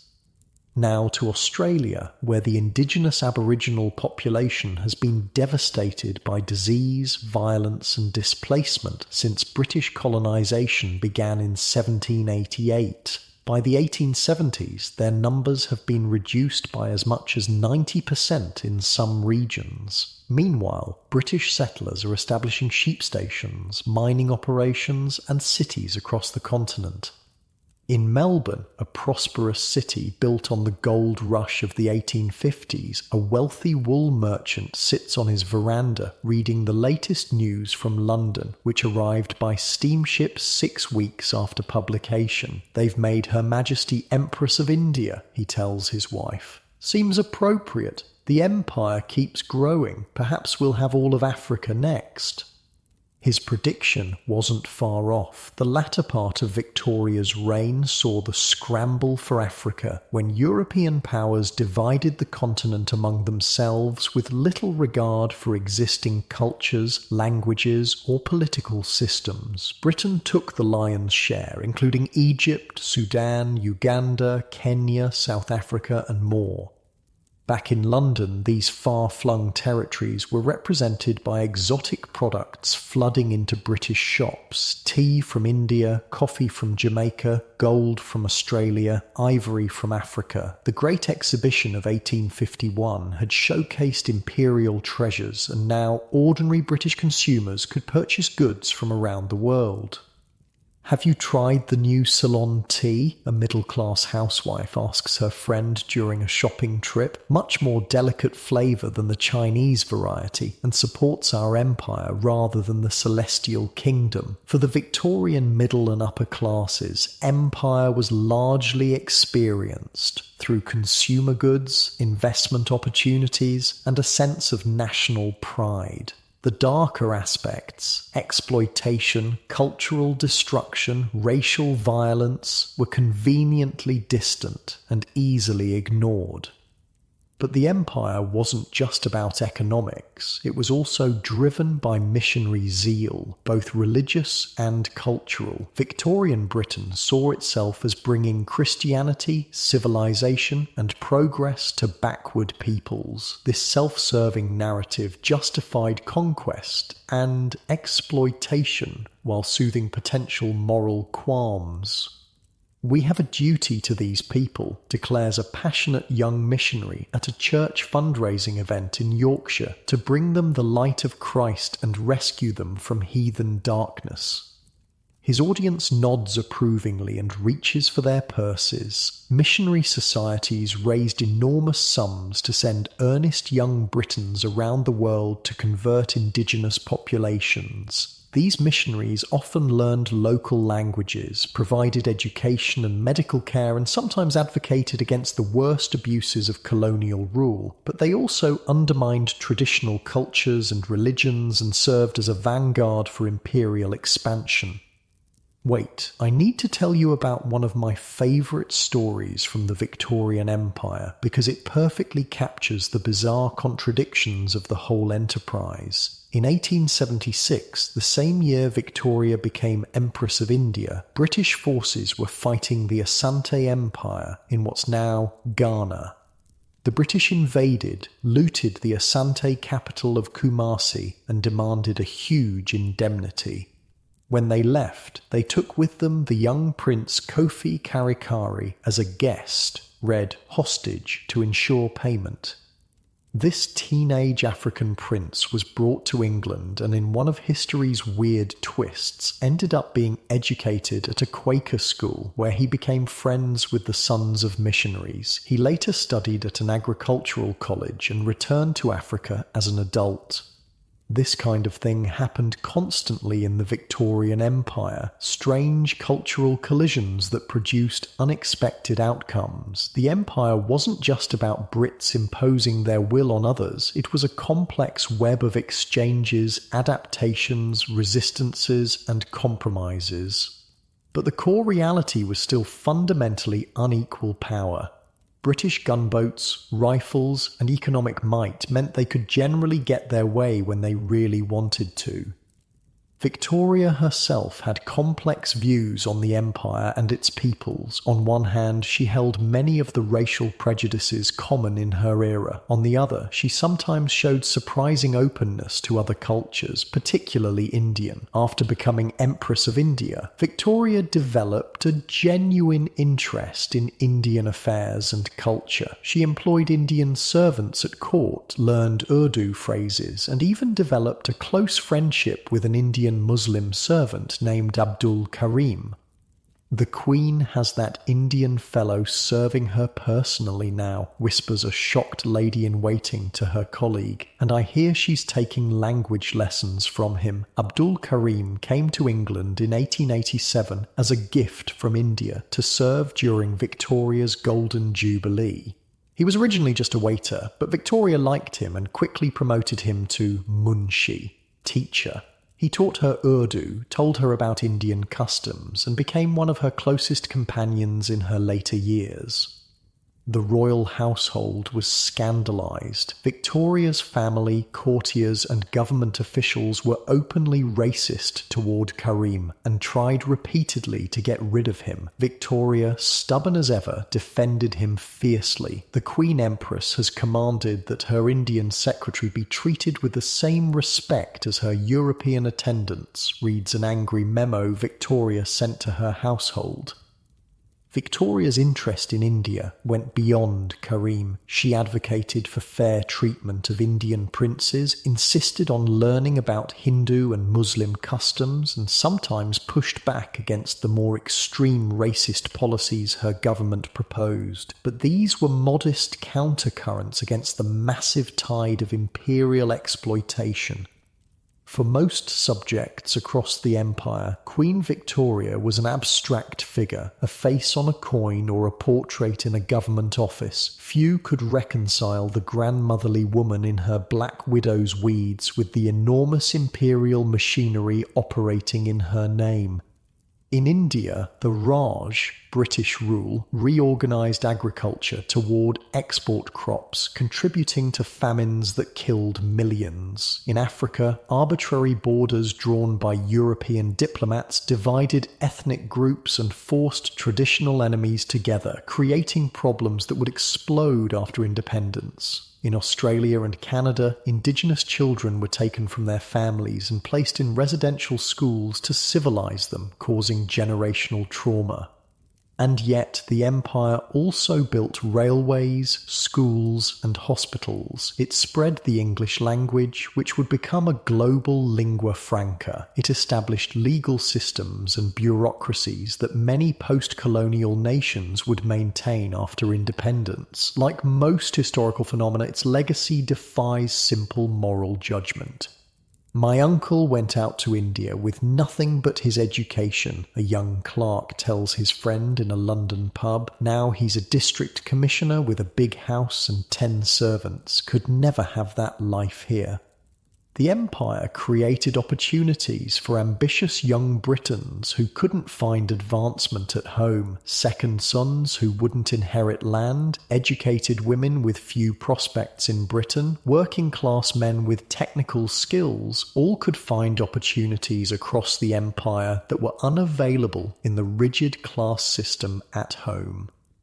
For these colonial administrators, soldiers, missionaries, teachers, nurses, and engineers, the empire was a chance to reinvent themselves. Many believed sincerely in their civilizing mission. Others were simply seeking fortune or adventure. All were participating in a system that fundamentally depended on inequality and exploitation, whether they acknowledged it or not. Back in London, Victoria was increasingly seen as the symbolic mother of this global imperial family. Her Golden Jubilee in 1887 and Diamond Jubilee in 1897 were imperial spectacles with representatives from across the empire participating in elaborate parades and ceremonies. At the Diamond Jubilee, marking 60 years on the throne, colonial troops from every part of the empire marched through London's streets. Turbaned Sikhs, Maori warriors, Canadian Mounties, African soldiers, displaying the global reach of British power. "It's quite a sight," remarks an American visitor watching the parade, "though I wonder how long they can hold it all together." A fair question. By the late Victorian period, nationalism was already stirring in many colonies. In India, the Indian National Congress was founded in 1885, beginning the long struggle for independence. In Ireland, Home Rule movements were gaining strength. The seeds of decolonisation were being planted even as the empire reached its territorial peak. Victoria herself would never see the empire's decline. When she died in 1901, British imperial confidence was still high despite challenges in the ongoing Boer War in South Africa. The full reckoning with empire's costs for both colonised and colonisers would come in the 20th century. For Victoria, the empire represented British greatness on the world stage. For her subjects in London or Liverpool, it meant exotic goods and national pride. For colonial officials in Bombay or Cairo, it meant power and status. For indigenous peoples in Australia or Canada, it meant displacement and cultural destruction. For Indian peasants or Caribbean workers, it meant economic exploitation under foreign masters. All these experiences were part of the Victorian Empire, a vast, contradictory global system that encompassed nearly a quarter of humanity by the time Victoria died. As you lie in your comfortable bed tonight, look around your room. Do you have cotton sheets, tea in your cupboard, a wooden bookshelf, chocolate in the kitchen? In Victoria's time, these common items were physical manifestations of empire. Cotton from Egypt or India, tea from Ceylon, mahogany from the Caribbean, cocoa from West Africa. The Victorian Empire has faded into history, but its legacies, good and ill, continue to shape our world today, from geopolitics and languages to the contents of your kitchen cabinet. And at the centre of this vast imperial web sat one small woman in perpetual mourning black, whose name would become synonymous with an age: Victoria, Queen of the United Kingdom of Great Britain and Ireland, Defender of the Faith, and after 1876, Empress of India.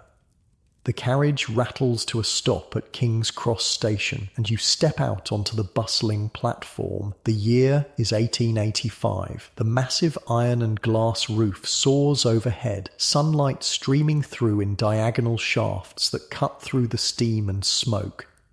You've never seen so many people moving in so many directions. Porters push trolleys piled with luggage. Ladies in bustled dresses clutch their hat boxes. Businessmen check pocket watches and frown at the timetables. A group of schoolboys chase each other around an iron pillar while their harried teacher tries to count heads.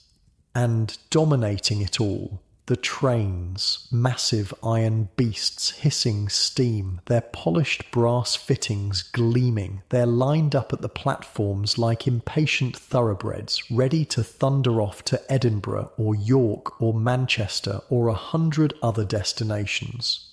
"All aboard for the 10:15 to Brighton," bellows a guard swinging his lamp.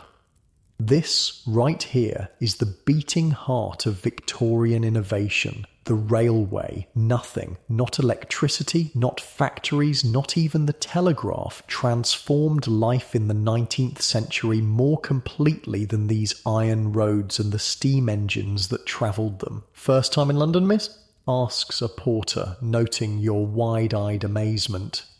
The scale of it all is overwhelming. King's Cross Station itself is a monument to Victorian engineering confidence, a vast cathedral of transport with its enormous clock and timetables listing connections to places you've barely heard of.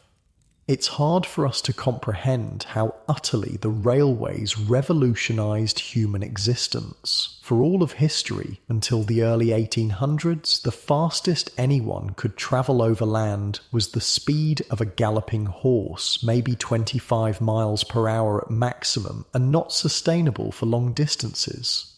Most people moved at walking pace, or if they were wealthy, in horse-drawn carriages at 10-12 miles per hour.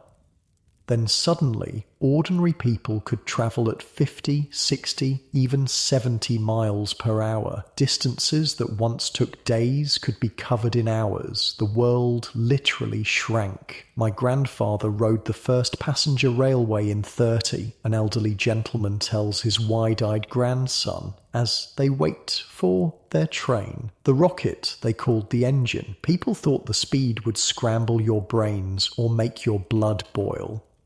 By the 1880s, such fears seem ludicrous. Britain has over 15,000 miles of railway track crisscrossing the country. You can board a train in London after breakfast and be in Edinburgh for dinner, a journey that would have taken at least 3 days by stagecoach a century earlier.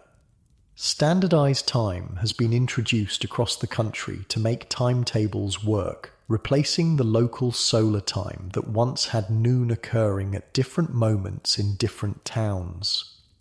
Mind the gap, sir, calls a platform attendant as a distracted businessman nearly steps into the space between platform and carriage. The railway has transformed not just travel, but the very geography of Britain. New towns have sprung up around railway junctions. Old market towns, bypassed by the lines, have withered. Seaside resorts like Brighton and Blackpool have boomed as day trippers and vacationers arrive by the trainload. You board your train, a third-class carriage, the most affordable option. The wooden bench is hard, but the compartment is clean and reasonably comfortable. First-class passengers enjoy upholstered seats, more space, and sometimes dining cars. Second class, increasingly being phased out by many railway companies, offers a middle ground.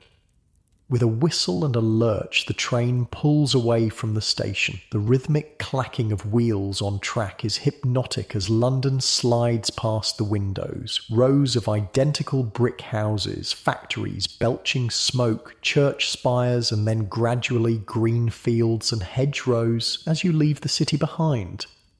A family shares your compartment, parents with 3 children dressed in their Sunday best, clearly making a special journey. The youngest boy can't contain his excitement, bouncing on the seat and pressing his face against the window. "It's my first time on a train," he confides breathlessly. "We're going to visit my aunt in Oxford. Father says it's 60 miles and we'll be there in less than 2 hours. His mother smiles apologetically, but you don't mind the child's enthusiasm. It's a reminder of how miraculous this mode of transport still seems, even as it becomes commonplace. The railways didn't just move people, they moved goods, information, and ideas. Fresh milk and produce could reach cities from the countryside before spoiling. Newspapers printed in London in the morning could be read in Manchester by afternoon. Mail delivery, once weekly at best in remote areas, became a daily service. "Did you see the latest about that Edison fellow?" a businessman asks his colleague across the aisle, folding his newspaper. "Says he's working on a moving picture machine now. First the phonograph, then the electric light, now this. Americans and their gadgets." Thomas Edison is just one of many inventors whose work is transforming daily life in the late Victorian period. The pace of technological change is dizzying, almost as rapid as our own time, but starting from a much more primitive baseline. In a single lifetime, a person might witness the introduction of railways, photography, telegraphy, telephones, electric lighting, automobiles, and more. Your journey continues, the countryside rolling past in a green blur. Villages appear and vanish, church spires mark the centre of small towns. Occasionally, the shadow of a railway bridge momentarily darkens the carriage, 2 hours that would once have been a full day's travel by coach. When you disembark at your destination, another Victorian marvel awaits: the telegraph office. A small, unassuming building with a sign reading "Messages transmitted to all parts of the world." Inside, a clerk sits behind a counter, a Morse key at his fingertips. On the wall behind him, a map shows telegraph lines spanning continents and even oceans, thanks to submarine cables laid across the Atlantic and other waters. "I'd like to send a message to London," says a woman ahead of you in line. "To my husband, just to let him know I've arrived safely." The clerk nods, pulls out a form, and hands her a pencil. 20 words for a shilling, ma'am, each additional word tuppence. The telegraph, invented in the 1830s and widespread by the 1850s, was the Victorian internet. For the first time in human history, messages could travel faster than a physical messenger could carry them. News that once took weeks or months to spread could now circulate globally in hours. When Queen Victoria's husband Albert died in 1861, the news reached distant parts of the empire via telegraph almost immediately. During the Indian Rebellion of 1857, telegraph operators had played a crucial role, warning of approaching rebels and coordinating the British military response. The last message from one besieged station reportedly read simply, "The sepoys are coming. We are," before falling silent. "Just sent a wire to my broker in the city," a prosperous-looking gentleman tells his companion as they leave the office. "South African mining stocks are falling. Told him to sell before we lose everything." The telegraph transformed business as much as personal communication. Stock prices, commodity values, and market information could be transmitted instantly, creating truly global markets for the first time. Standardized codes were developed to reduce the number of words needed, saving money on telegrams while maintaining security. You continue your journey through town, and as dusk falls, you witness another Victorian wonder: electric street lighting. Arc lamps sputter and glow with a harsh blue-white brilliance, turning night into an approximation of day. Not all streets have them yet. Gas lighting still predominates, but the electric lights represent the cutting edge of 1880s urban infrastructure. "They're putting them in all along the high street next month," a shopkeeper tells a customer as they watch a lamplighter at work on a traditional gas lamp. "Council says it's safer and cleaner. No more gas leaks or fire risk. Progress, I suppose, though I'll miss the warmer light." The debate between gas and electric lighting raged through the late Victorian period. Gas companies had invested heavily in infrastructure and fought to maintain their dominance. Electric lighting was initially expensive and unreliable, but its advantages — no smell, no heat, no risk of asphyxiation, no open flame — gradually won out. In homes, the transition was slower. By the 1880s, wealthy households might have a few electric lights in public rooms while continuing to use gas or oil lamps elsewhere. Middle-class homes were just beginning to consider electric installation, often starting with a single light in the parlour as a status symbol. Working-class families still relied primarily on candles and oil lamps.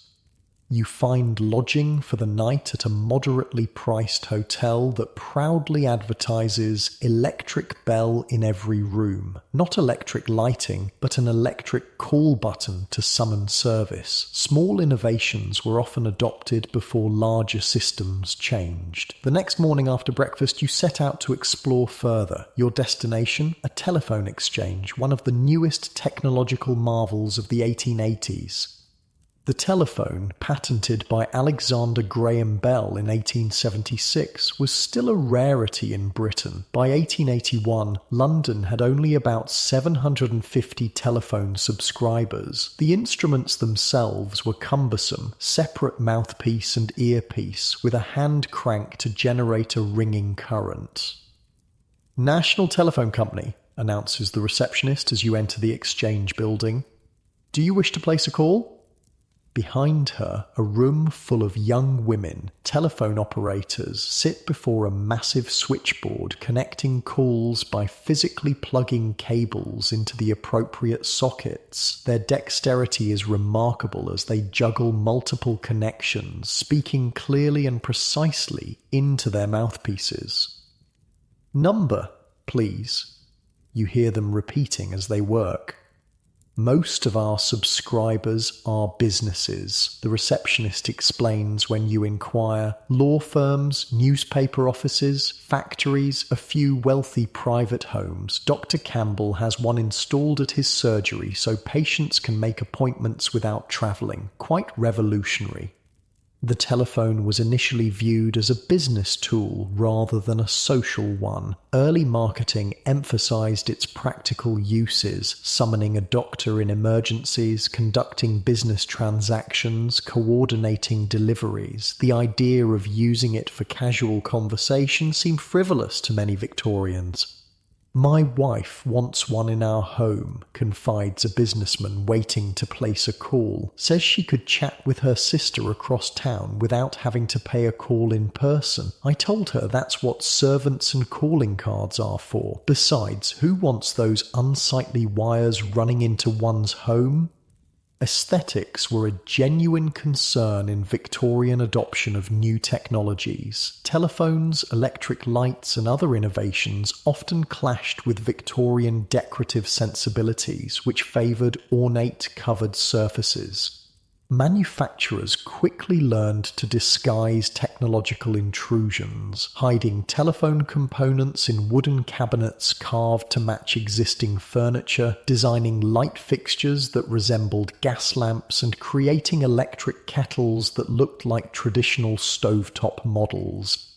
Leaving the telephone exchange, you pass a photographer's studio. Photography, invented in the 1830s, had by the 1880s become accessible to the middle classes. The complicated daguerreotype process had given way to simpler methods using dry plate negatives, reducing both cost and exposure time. "Family portrait, miss," calls the photographer from his doorway. "Latest techniques. No need to hold still for more than a moment. Results guaranteed." Inside, examples of his work line the walls, solemn Victorian families arranged in rigid groupings, individual portraits of stern-looking gentlemen and demure ladies, occasional smiling children, though smiling in photographs was still uncommon, partly due to longer exposure times in earlier decades and partly due to Victorian formality. Photography had democratized portraiture, previously available only to those wealthy enough to commission a painter. By the 1880s, a middle-class family might have several photographs displayed in their home. Wedding portraits, baby pictures, family groups. Working-class families might save for a single treasured photograph to mark a special occasion. "My daughter's wedding next month," explains a woman, discussing arrangements with the photographer. "We want a large print for the parlour and small cards to distribute to family." Carte de visite, small photographic calling cards, had been popular since the 1860s. People collected and exchanged them, displaying friends' and families' cards in special albums. Celebrities sold their photographic cards, creating the first modern form of fan merchandise. Queen Victoria herself was an enthusiastic photographer, maintaining detailed albums of her family. You continue your exploration of Victorian innovation with a visit to a large department store, another relatively recent development in retail. Inside, electric lights illuminate displays of consumer goods from across the empire and beyond. The abundance and variety are staggering compared to the small, specialized shops that dominated retail in earlier decades.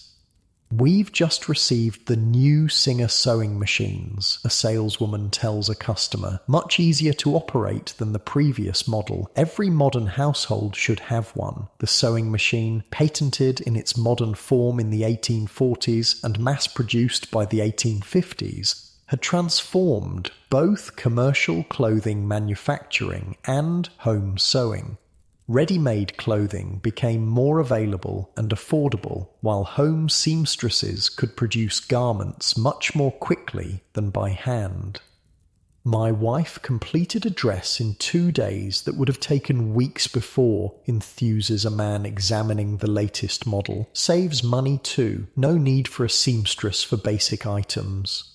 Throughout the store, other technological innovations designed for domestic use are on display. Carpet sweepers, precursors to vacuum cleaners, mechanical egg beaters, improved cooking stoves, washing mangles, and more. The late Victorian period saw an explosion in labour-saving devices aimed primarily at middle-class households. "This new gas cooker gives precise temperature control," demonstrates a salesman to a skeptical housewife. "No more burnt Sunday roasts."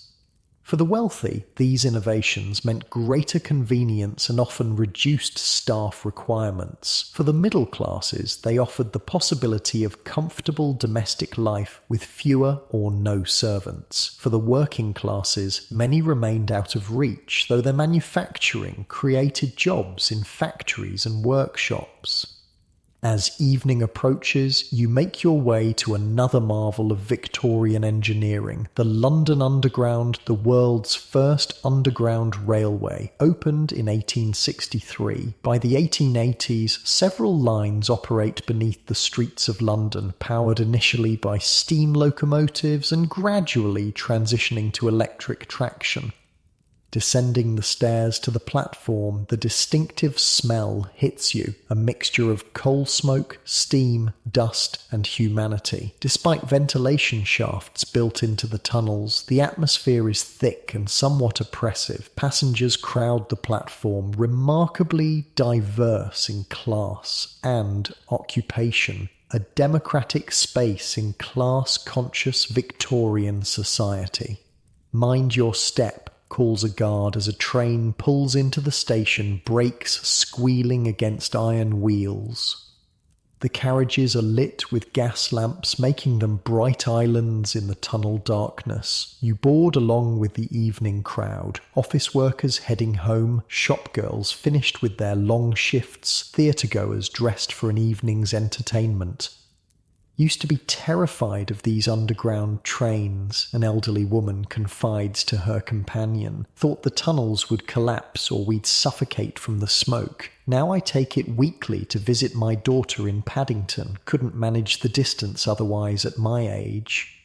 The Underground transformed London, allowing the city to expand outward, while workers could still commute to central locations. New suburbs grew around outlying stations, creating the first true commuter communities. Social patterns shifted as people could live miles from their workplaces. Your underground journey takes you to a music hall, another Victorian innovation, not technological but cultural. These entertainment venues offered variety shows for ordinary people at affordable prices. Inside, the hall is rowdy and vibrant. Acts include singers, comedians, acrobats, and novelty performances. Between scheduled acts, a man demonstrates Edison's phonograph, a device for recording and reproducing sound, first patented in 1877.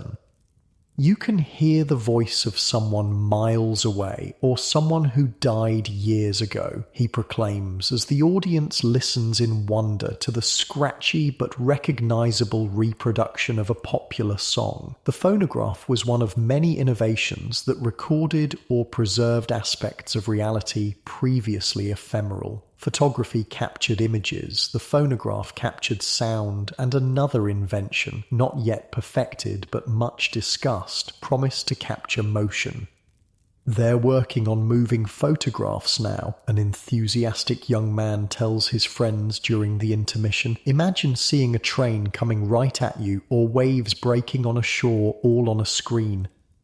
The earliest moving picture technologies were beginning to emerge in the 1880s, though commercial cinema was still years away. Devices like the zoetrope and praxinoscope created the illusion of movement through rapidly changing still images. Edison was working on his kinetoscope, while the Lumière brothers in France were developing their cinematograph. As the evening ends and you return to your lodgings, you reflect on the dizzying pace of change in this late Victorian world. A person born in 1820 who lived to the 1880s would have seen transportation transformed from horse-drawn coaches to steam railways, underground trains, and the earliest automobiles. Communication evolved from handwritten letters that took days or weeks to deliver, to telegraphs transmitting messages in minutes, to telephones allowing instantaneous voice conversation. Lighting progressed from candles to gas to electricity. Photography, sound recording, and the beginnings of moving pictures all emerged. For many Victorians, this rapid technological change inspired both excitement and anxiety. Literature of the period reflects both perspectives, celebrating human ingenuity while warning of potential dangers. Mary Shelley's Frankenstein, 1818, had established the template for cautionary tales about technology outpacing moral considerations. G. Wells, whose The Time Machine was published in 1895, would become a master of speculative fiction that explored technology's possibilities and perils. My father still refuses to have electricity in the house, a young woman tells her friend as they prepare for bed in your boarding house. Says it's unnatural and dangerous, but I think it's wonderful. Clean light at the touch of a button, no more trimming wicks or cleaning lamp chimneys. Her friend nods.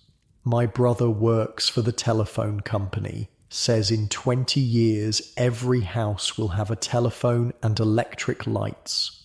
Imagine that.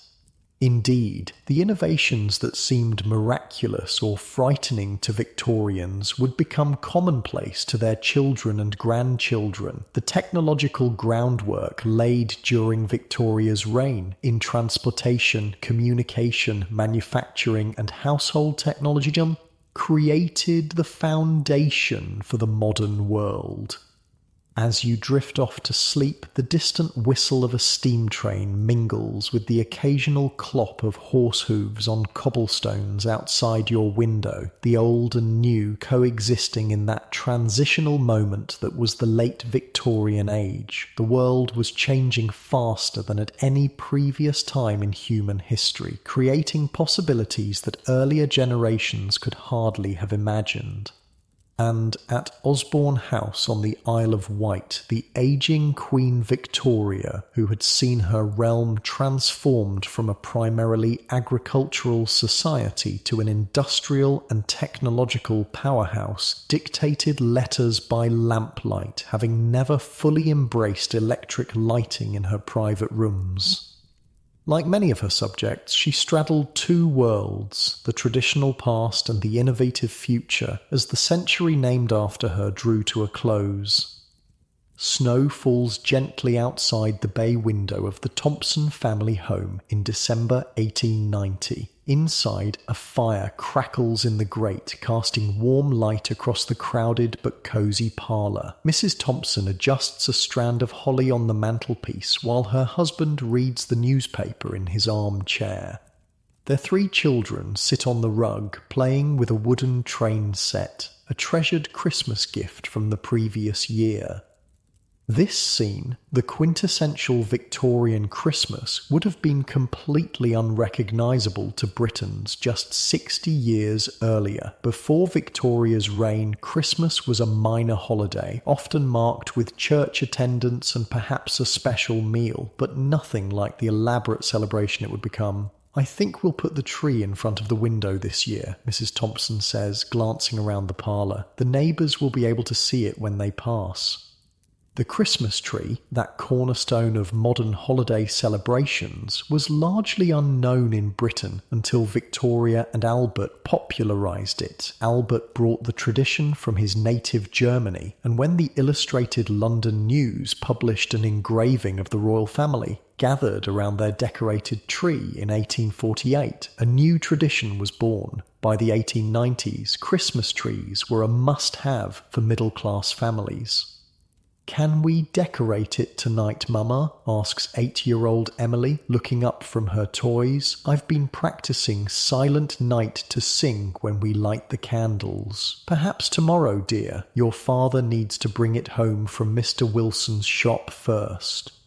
Early Victorian Christmas trees were typically small tabletop affairs decorated with candles, sweets, fruits, and handmade ornaments. By the 1890s, they'd grown larger and more elaborate, often reaching from floor to ceiling and adorned with manufactured glass ornaments imported from Germany, though lit candles remained the standard decoration, a fire hazard that caused many a Victorian Christmas to end dramatically.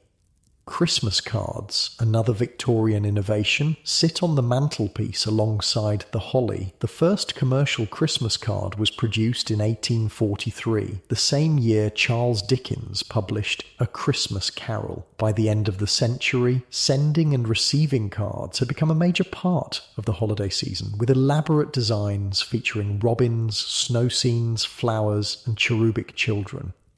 "Mrs. Pemberton sent us a lovely card this year," Mrs. Thompson remarks, picking up a heavily embossed creation featuring angels and golden bells. "Much nicer than last year's. I wonder if they've come into money."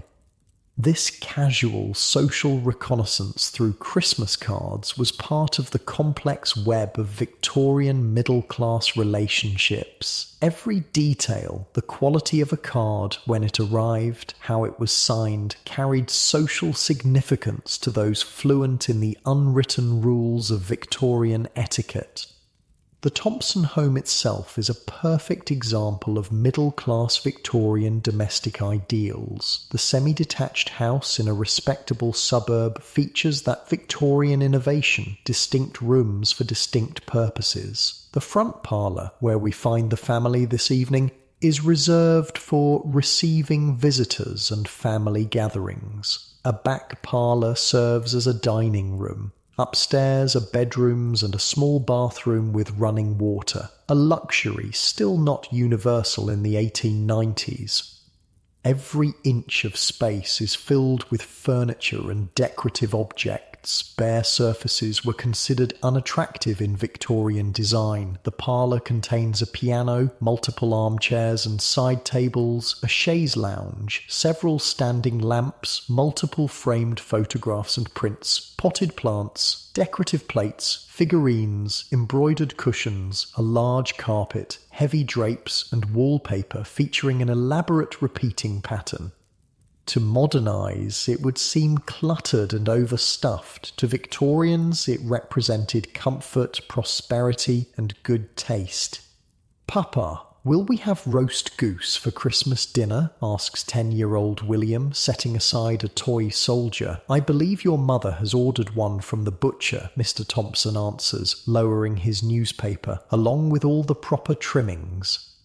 The proper trimmings for a Victorian Christmas dinner were extensive. Roast potatoes, parsnips, Brussels sprouts, carrots, cranberry sauce, bread sauce, stuffing, and the grand finale, Christmas pudding, ideally made weeks in advance and doused in brandy before being ceremonially set alight.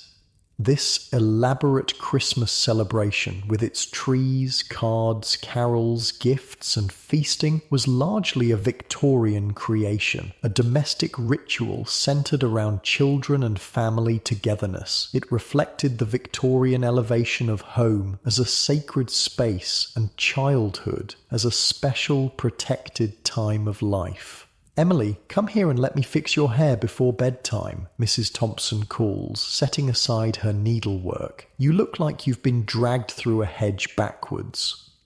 The child obediently crosses to her mother, who begins rebraiding her long brown hair. This simple interaction demonstrates the gender roles that structured Victorian family life. Mrs. Thompson, like most middle-class Victorian women, centres her life around the home and children. Mr. Thompson, like most men, works in the public sphere, in his case as a bank clerk, but sees the home as his castle, a retreat from the competitive business world. "I saw the most distressing sight on my way home from work," Mr. Thompson remarks, folding his newspaper. "A group of street children begging near the station. In this weather too, no proper coats or shoes." Child poverty remained a harsh reality in the 1890s, despite decades of social reforms. The contrast between the protected childhoods of middle-class families like the Thompsons and the harsh experiences of poor children was stark. In wealthy homes, childhood was increasingly viewed as a special time requiring nurturing, education, and play. Working-class children might still labour in factories, mines or shops, though child labour laws had improved conditions somewhat since earlier in the century. "Perhaps we should make a donation to Dr. Barnardo's orphanage," Mrs. Thompson suggests, referring to one of the many Victorian charities established to help destitute children. As part of our Christmas giving, charitable giving was considered a moral duty for respectable Victorian families, especially at Christmas. The influence of Dickens's A Christmas Carol, with its themes of generosity and redemption, had helped establish the holiday as a time for remembering the less fortunate. "An excellent idea, my dear. William, Emily, you should each set aside a portion of your pocket money as well. It will teach you the importance of helping those less fortunate." Victorian moral education emphasized duty, self-discipline, and character development. Children were expected to learn these values through both instruction and practice, with parents serving as the primary moral guides. "Now, children, time for bed. You may each choose one story before prayers." The Thompsons, like many Victorian families, practiced daily family prayers alongside regular church attendance. Religious observance was woven into the fabric of daily life, with morning and evening prayers, grace before meals, and Sunday as a day reserved for worship and quiet activities. As the children select their books from the small family library, we glimpse another aspect of Victorian home life, the importance of reading as both entertainment and moral instruction. Books considered suitable for children had expanded dramatically during Victoria's reign, evolving from overtly didactic religious tracts to include adventure stories, fairy tales, and novels written specifically for young readers. "I want Alice in Wonderland," Emily declares, pulling the volume from the shelf, "and I'll have Treasure Island," William adds, selecting his own favourite. These choices reflect the golden age of children's literature that flourished in Victorian Britain. Lewis Carroll, Robert Louis Stevenson, E. Nesbit, and many others created works that continue to be read today. For Victorian families who could afford books, reading aloud was a common evening entertainment that brought the family together. After the children have gone upstairs, accompanied by Mrs. Thompson for their bedtime routine, Mr. Thompson sits alone in the parlour, enjoying a quiet pipe, another common Victorian ritual. He contemplates the stack of Christmas gifts hidden in his study, waiting to be wrapped and placed under the tree on Christmas Eve.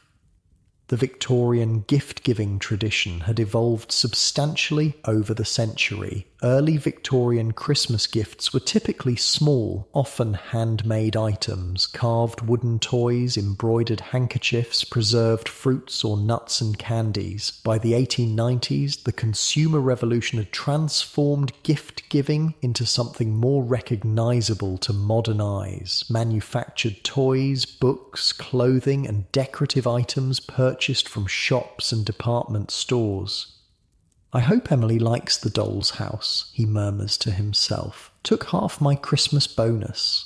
The elaborate doll's house, ordered months ago from a specialty shop, represents the increasingly child-centered nature of Victorian Christmas. Children who earlier in the century might have received an orange and a wooden toy now received multiple gifts, often including complicated mechanical toys, books, games, and clothing. Mrs. Thompson returns downstairs after settling the children. "They're saying their prayers now," she informs her husband. "Charlotte is with baby Anne." Charlotte is the family's nursemaid, one of two servants in this middle-class household. The other, a cook housemaid named Martha, has already retired to her small room at the top of the house. "I need to finish addressing the cards tomorrow," Mrs. Thompson continues, returning to her chair and picking up her needlework. "And we must decide which charity dinners to attend. The Wilsons have invited us for the 27th, and my sister wants us for New Year's Day." The social calendar of a Victorian family during the Christmas season was busy with obligations, church services, charity events, family gatherings, and social calls. The period between Christmas and Twelfth Night, January 6th, was filled with visiting and entertaining, particularly for the middle and upper classes. "I've invited my colleague Harrison and his wife for dinner on the 23rd, Mr. Thompson adds. "He's been very helpful with the Westmoreland account." "I'll speak to Martha about the menu tomorrow," Mrs. Thompson replies, mentally calculating what food would be appropriate for a business associate of her husband's rank. This casual exchange reveals the complex social calculations that governed Victorian entertaining. The food served, the table setting, the timing of the invitation, all communicated specific messages about social status and relationships. Mrs. Thompson, like most Victorian wives, was responsible for maintaining these social connections that could be crucial to her husband's professional advancement. As the evening grows later, Mr. Thompson checks his pocket watch. "Nearly 10. Shall we retire?" The daily rhythms of Victorian family life were more structured than in our era. Mealtimes were regular and formal, even in modest households. Bedtimes were adhered to strictly. Daily activities followed predictable patterns: work for the men, household management for the women, lessons and limited playtime for the children. Upstairs in the children's rooms, we see more evidence of the Victorian attitude toward childhood. William's room contains a small desk for schoolwork, bookshelves filled with improving literature and adventure stories, collections of rocks and bird eggs, and toy soldiers arranged in battle formations. The walls are decorated with maps and prints of historical scenes. His school uniform hangs ready for the next term. Emily's room reflects different expectations for girls. Her books tend toward moral tales and domestic stories. Her toys include dolls, a miniature tea set, and simple craft materials. A sampler displaying her needlework hangs on the wall, evidence of the domestic skills considered essential for girls. On her small desk lies schoolwork that includes French vocabulary, music practice notes, and basic arithmetic. Both rooms would be considered Spartan by modern standards. Victorian parenting emphasized character development through discipline, including physical comfort. Bedrooms were kept cool, believing fresh air, even cold air, was healthier than warmth. Beds were hard, often with horsehair mattresses. Children were expected to keep their rooms tidy and to rise early regardless of the season.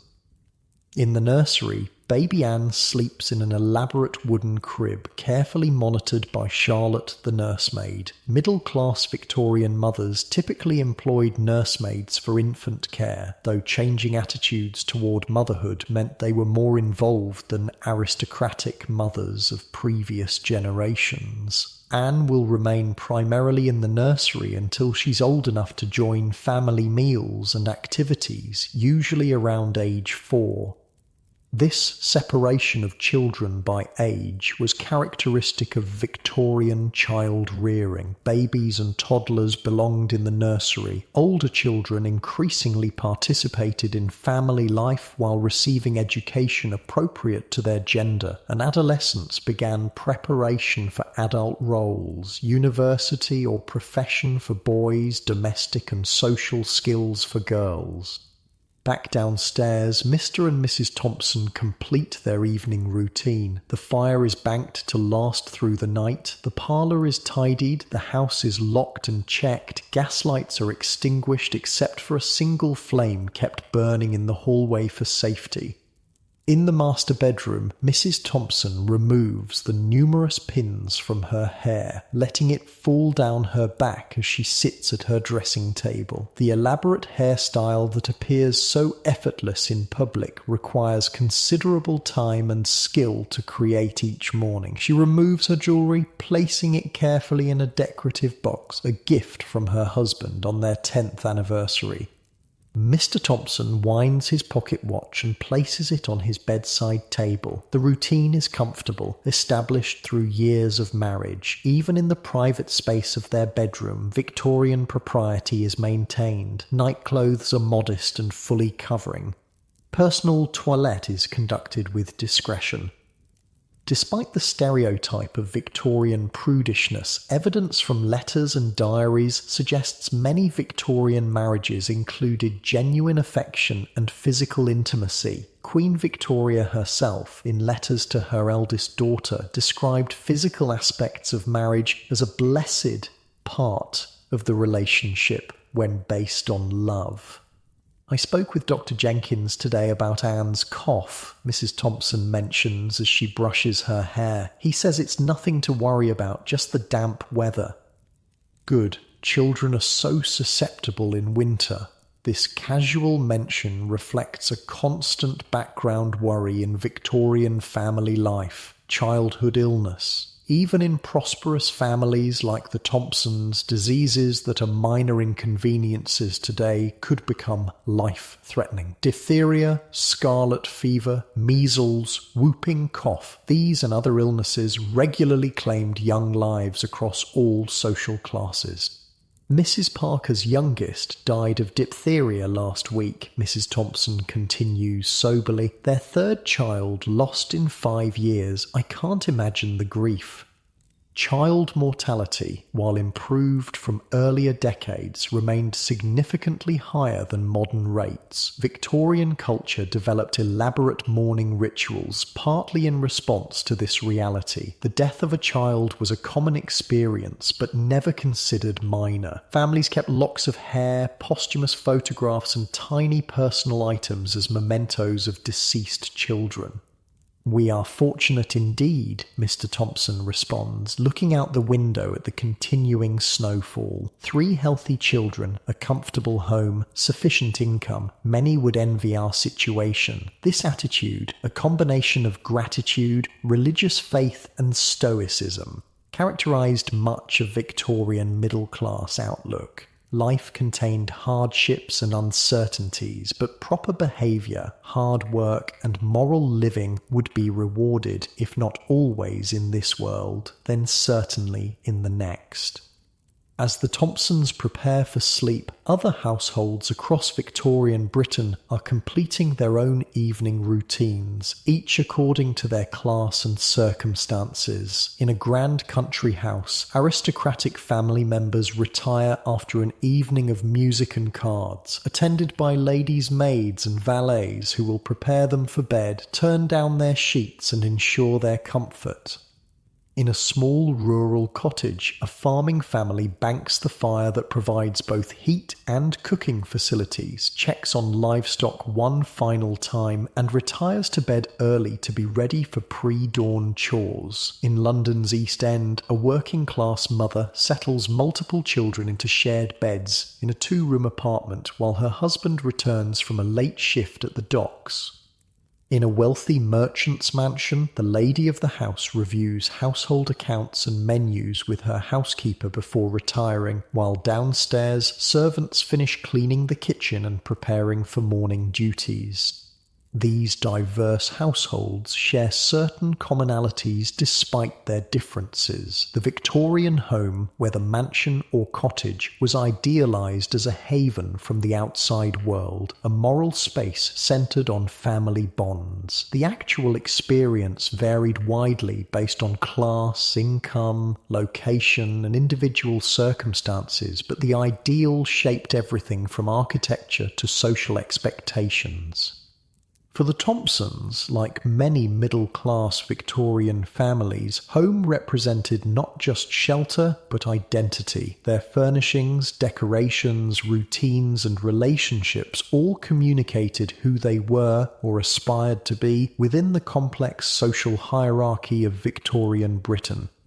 As sleep claims the Thompson household, the snow continues to fall, muffling the sounds of the city and transforming the familiar landscape into something magical. Tomorrow will bring more Christmas preparations, more social obligations, more work and play and prayer, the rhythms of Victorian family life that would be both recognisable and strange to us, their future observers. London, June 22nd, 1897.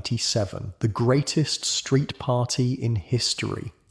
Imagine yourself standing among the crowds, millions of people packed shoulder to shoulder along the 6-mile procession route. The streets have been decorated with flags, bunting, and flowers. Grandstands erected for the occasion are filled with dignitaries from across the globe. Regular folks have been camped out for days to secure a good viewing spot. The air buzzes with anticipation. People who would normally never speak to each other, lords and labourers, shop girls and society matrons, find themselves sharing space and excitement. "Is that her? Is she coming?" a small boy asks, tugging at his father's sleeve. "Not yet, lad, but soon."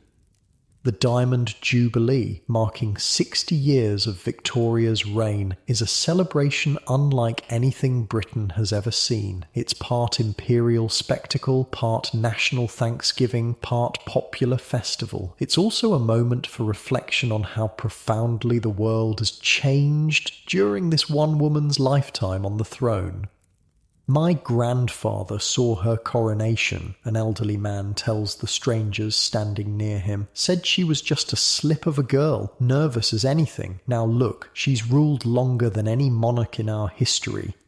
A distant roar erupts from further down the route. The procession is approaching. First come military detachments from across the empire, turbaned Sikhs from India, Maori warriors from New Zealand, mounted Canadian police in scarlet tunics, African colonial troops, Australian cavalry. The crowd cheers each group, this living display of Britain's global reach. Then more cheering as colonial prime ministers pass by in open carriages, followed by princes and princesses of the royal family in their finest military uniforms and gowns. And finally, the moment everyone has been waiting for, a gap in the procession, then the royal carriage appears, drawn by 8 cream-coloured horses. Inside sits Queen Victoria herself, now 78 years old, dressed in black as always, but with a bonnet of white ostrich feathers for the occasion. "God bless you, ma'am," someone shouts, and the cry is taken up along the route. "God bless the Queen." Victoria is deeply moved. Unlike her golden jubilee 10 years earlier, she's instructed her carriage to move slowly so the people can see her clearly. She nods and waves, occasionally dabbing at her eyes with a handkerchief. "She looks well for her age," a woman remarks. "Hard to believe she was born when Napoleon was still alive." That's the thing about Victoria. Her life spanned such an extraordinary period of change that she seemed to bridge multiple historical eras. Born when travel still meant horses and communication meant handwritten letters, she would live to see automobiles and telephones, electric lights and moving pictures. From the age of sail to the age of steam and beyond. The procession continues to St. Paul's Cathedral, where Victoria remains in her carriage for the Thanksgiving service, unable to manage the steps due to her arthritis. The Archbishop and clergy come outside to conduct the service in the open air instead, a practical compromise that endears the elderly Queen to her subjects even more. "She's a game old bird," a Cockney fruit seller tells his neighbour admiringly. "Won't let age stop her." Indeed, Victoria has become something of a paradox in her old age, simultaneously a symbol of tradition and continuity while presiding over a period of unprecedented change. The tiny, round figure in perpetual mourning black has somehow become the personification of the most powerful nation on earth. After the ceremony, Victoria returns to Buckingham Palace, watching from the balcony as countless thousands cheer below. That evening, bonfires are lit across the country, from hilltops in Scotland to the cliffs of Dover. Special Diamond Jubilee beacons create a network of light visible for miles, a fitting symbol for the empire on which the sun never sets. But behind the grand public spectacle, the reality of Victoria's final years was more subdued. After the Jubilee celebrations, she returned to the quiet routine that had characterised her later life, dividing her time between Windsor, Balmoral in Scotland, and Osborne House on the Isle of Wight. The Queen looked tired at dinner tonight, her lady-in-waiting confides to the court physician after a particularly long day of duties. "I worry about her doing too much at her age." "Her Majesty is remarkably strong for her years," the doctor replies, "but yes, she should rest more than she does." Victoria, however, had never been one to avoid duty. Even in her 80s, she continued to read state papers daily, meet with ministers, write in her journal, and correspond with her vast family network spread across the thrones of Europe. Let me tell you about Victoria's daily life in these final years, because it's so different from the pomp and circumstance of occasions like the Jubilee. A typical day for the elderly Queen began around 7:30 a.m. when her Indian servant Abdul Karim would bring her a light breakfast. She would read and respond to some correspondence, then dress with the help of her ladies-in-waiting. Despite her wealth and status, Victoria's personal habits were relatively simple. She preferred plain food, moderate warmth, keeping rooms cooler than most people found comfortable, and fresh air. Late mornings might include official papers or meetings, followed by lunch, often with family members or visiting dignitaries. Afternoons, weather permitting, involved a drive in an open carriage, a practice she maintained into her final years. Victoria loved being outdoors and insisted on daily airings regardless of weather. Her ladies-in-waiting sometimes suffered through these excursions in driving rain or bitter cold, while the Queen remained impervious to the elements. "The Queen says we'll drive to Frogmore this afternoon," sighs a shivering lady-in-waiting, looking out at the January drizzle. "She wants to visit the Prince Consort's mausoleum again. Better wear 2 shawls, her colleague advises. "Last time my teeth were chattering so loudly I thought they'd fall out." Even in her 80s, Victoria visited Albert's tomb regularly, a testament to the devotion that had shaped her life and reign. After Albert's death in 1861, many had feared Victoria would never recover from her grief. In a sense, they were right. She never stopped mourning him. But she'd gradually learned to carry her grief while continuing her duties, creating a model of widowhood that many Victorian women emulated. Evenings at court were quiet affairs, dinner with family or courtiers, perhaps some music or reading aloud afterward. Victoria retired early by aristocratic standards, usually by 10:30 p.m. Her ladies would help her undress and prepare for bed, and she would read or write in her journal before sleeping. This routine varied with the seasons and locations. At Balmoral, her beloved Scottish estate, she enjoyed more relaxed Highland customs and the company of John Brown until his death in 1883, and then other trusted Scottish servants. At Osborne House, she could enjoy relative privacy away from official duties. As the 19th century drew to a close, Victoria remained mentally sharp but physically frail. Her eyesight was failing, making reading and writing difficult. She used a wheelchair frequently, though she insisted on standing for certain ceremonial occasions through sheer force of will. "I'm not as young as I was," she remarked to her daughter Beatrice after a particularly tiring day of duties in the summer of 1900. It was a rare admission of vulnerability from a woman who had spent her life projecting strength. The world around her was changing rapidly. The first automobiles appeared on British roads in the 1890s, though Victoria herself never rode in one. Electric lighting had replaced gas in many homes and businesses. The first cinema films were being shown. Women were beginning to demand the vote, though Victoria herself opposed female suffrage as a mad, wicked folly.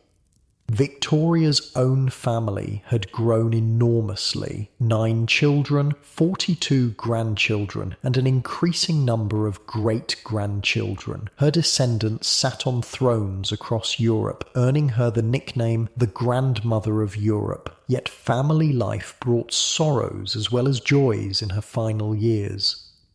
In 1892, her grandson Prince Albert Victor, second in line to the throne, died of influenza at age 28. In 1900, her second son Alfred died of throat cancer. That same year, her favourite grandson, Prince Christian Victor, died of typhoid while serving in the Boer War in South Africa. "So much death," Victoria wrote in her journal. "I feel I am soon to join them." The Boer War, 1899 to 1902, cast a shadow over Victoria's final years. This conflict between Britain and the Boer republics in South Africa proved far more difficult than expected, revealing weaknesses in the British military and dividing public opinion. Victoria took a keen interest in the war, sending chocolate gifts to troops and visiting wounded soldiers. "The Queen asked me about conditions in South Africa," a bandaged officer tells his hospital roommate after Victoria visited the military hospital. "Knew all the regiments, all the battles, sharp as a tack despite her age." As 1900 turned to 1901, Victoria's health began to deteriorate noticeably. In December 1900, she celebrated her last Christmas at Osborne House, surrounded by family. By January, she was experiencing episodes of confusion and weakness.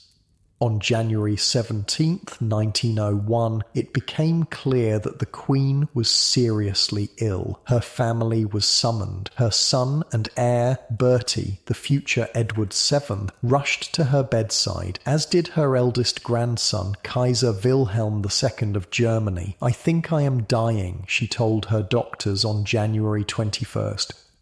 The next day, January 22nd, 1901, Queen Victoria died at Osborne House, surrounded by her family. She was 81 years old and had ruled for 63 years, 7 months and 2 days, the longest reign of any British monarch until Queen Elizabeth II surpassed her record in 2015. Victoria had left detailed instructions for her funeral. She wanted to be dressed in white, not her customary black, with her wedding veil. She asked for Albert's dressing gown and a cast of his hand to be placed in her coffin, along with numerous mementos of her family. Secretly, she also requested that a lock of John Brown's hair, his photograph, and some of his letters be buried with her. requests that her family discovered only after her death and reluctantly honoured. The Queen's funeral on February 2nd, 1901 marked the end of an era in more ways than one. As her coffin processed through the streets of London, many in the crowds wept openly. Few could remember a time before Victoria. For most of her subjects, she had always been there, a constant in a rapidly changing world. It's like losing a grandmother, one woman told a newspaper reporter. Even if you never met her, she was always part of your life. Victoria was buried beside Albert in the Royal Mausoleum at Frogmore, finally reunited with the husband whose loss had defined the second half of her reign. The world Victoria left behind in 1901 was dramatically different from the one she had inherited in 1837. Britain had transformed from a primarily agricultural nation to the world's leading industrial and imperial power. The population had more than doubled. Cities had expanded enormously. Technology had revolutionized daily life. Social reforms had improved conditions for many, though poverty and inequality remained. Victoria's son and heir, now King Edward VII, represented a sharp break from his mother's style. Where she had been dutiful and morally strict, he was sociable and pleasure-loving. Where she had preferred seclusion, he embraced public appearances and lavish entertaining. The Edwardian era that followed would be characterized by a certain gilded exuberance, the last flourish of aristocratic excess before World War I changed everything. But Victoria's influence remained. The moral values associated with her reign, family focus, work ethic, charitable involvement and public service continued to shape British society long after her death. Victorian architecture still dominated cities and towns. Victorian literature still filled bookshelves. Victorian infrastructure, sewers, railways, buildings remained the backbone of daily life. More subtly, Victorian innovations in governance, civil service, education and public health had created frameworks that would evolve into the modern welfare state. The seeds of women's suffrage, labour rights and other social movements had been planted, even if Victoria herself might have disapproved of where they would lead.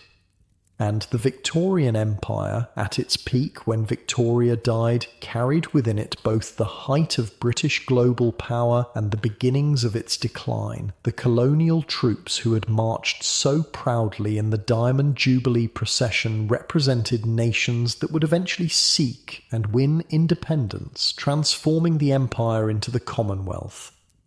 Perhaps Victoria's most lasting legacy was the monarchy itself. When she came to the throne in 1837, the reputation of the British monarchy had been damaged by the excesses and scandals of her predecessors. Through her long reign, Victoria restored public respect for the crown, establishing a model of constitutional monarchy focused on duty, family values, and symbolic national unity rather than direct political power.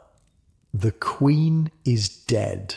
Long live the King," proclaimed the heralds as Edward VII acceded to the throne. But in a very real sense, Victoria's influence never died. Today, we use Victorian as shorthand for an entire worldview, sometimes as a criticism. Victorian prudishness, Victorian hypocrisy, sometimes with nostalgia, Victorian craftsmanship, Victorian values. The term has become detached from the woman herself, referring instead to the era and attitudes associated with her reign.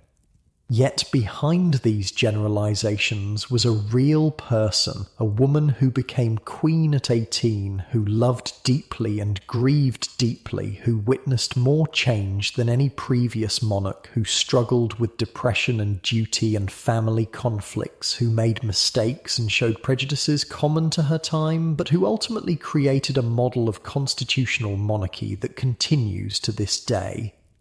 As you drift towards sleep tonight, imagine London on that January day in 1901 as news of the Queen's death spread through the city, church bells tolled, theatres and shops closed, newspapers printed black-bordered special editions, people gathered in public squares, sharing memories and concerns about the future. "I was born in her first year on the throne," an elderly man tells a group of young factory workers. "Lived my whole life under Victoria. Can't quite believe she's gone." "What do you think the new king will be like?" asks one of the young men. "Different," the old man replies simply. "Times change, but what she built, that'll last."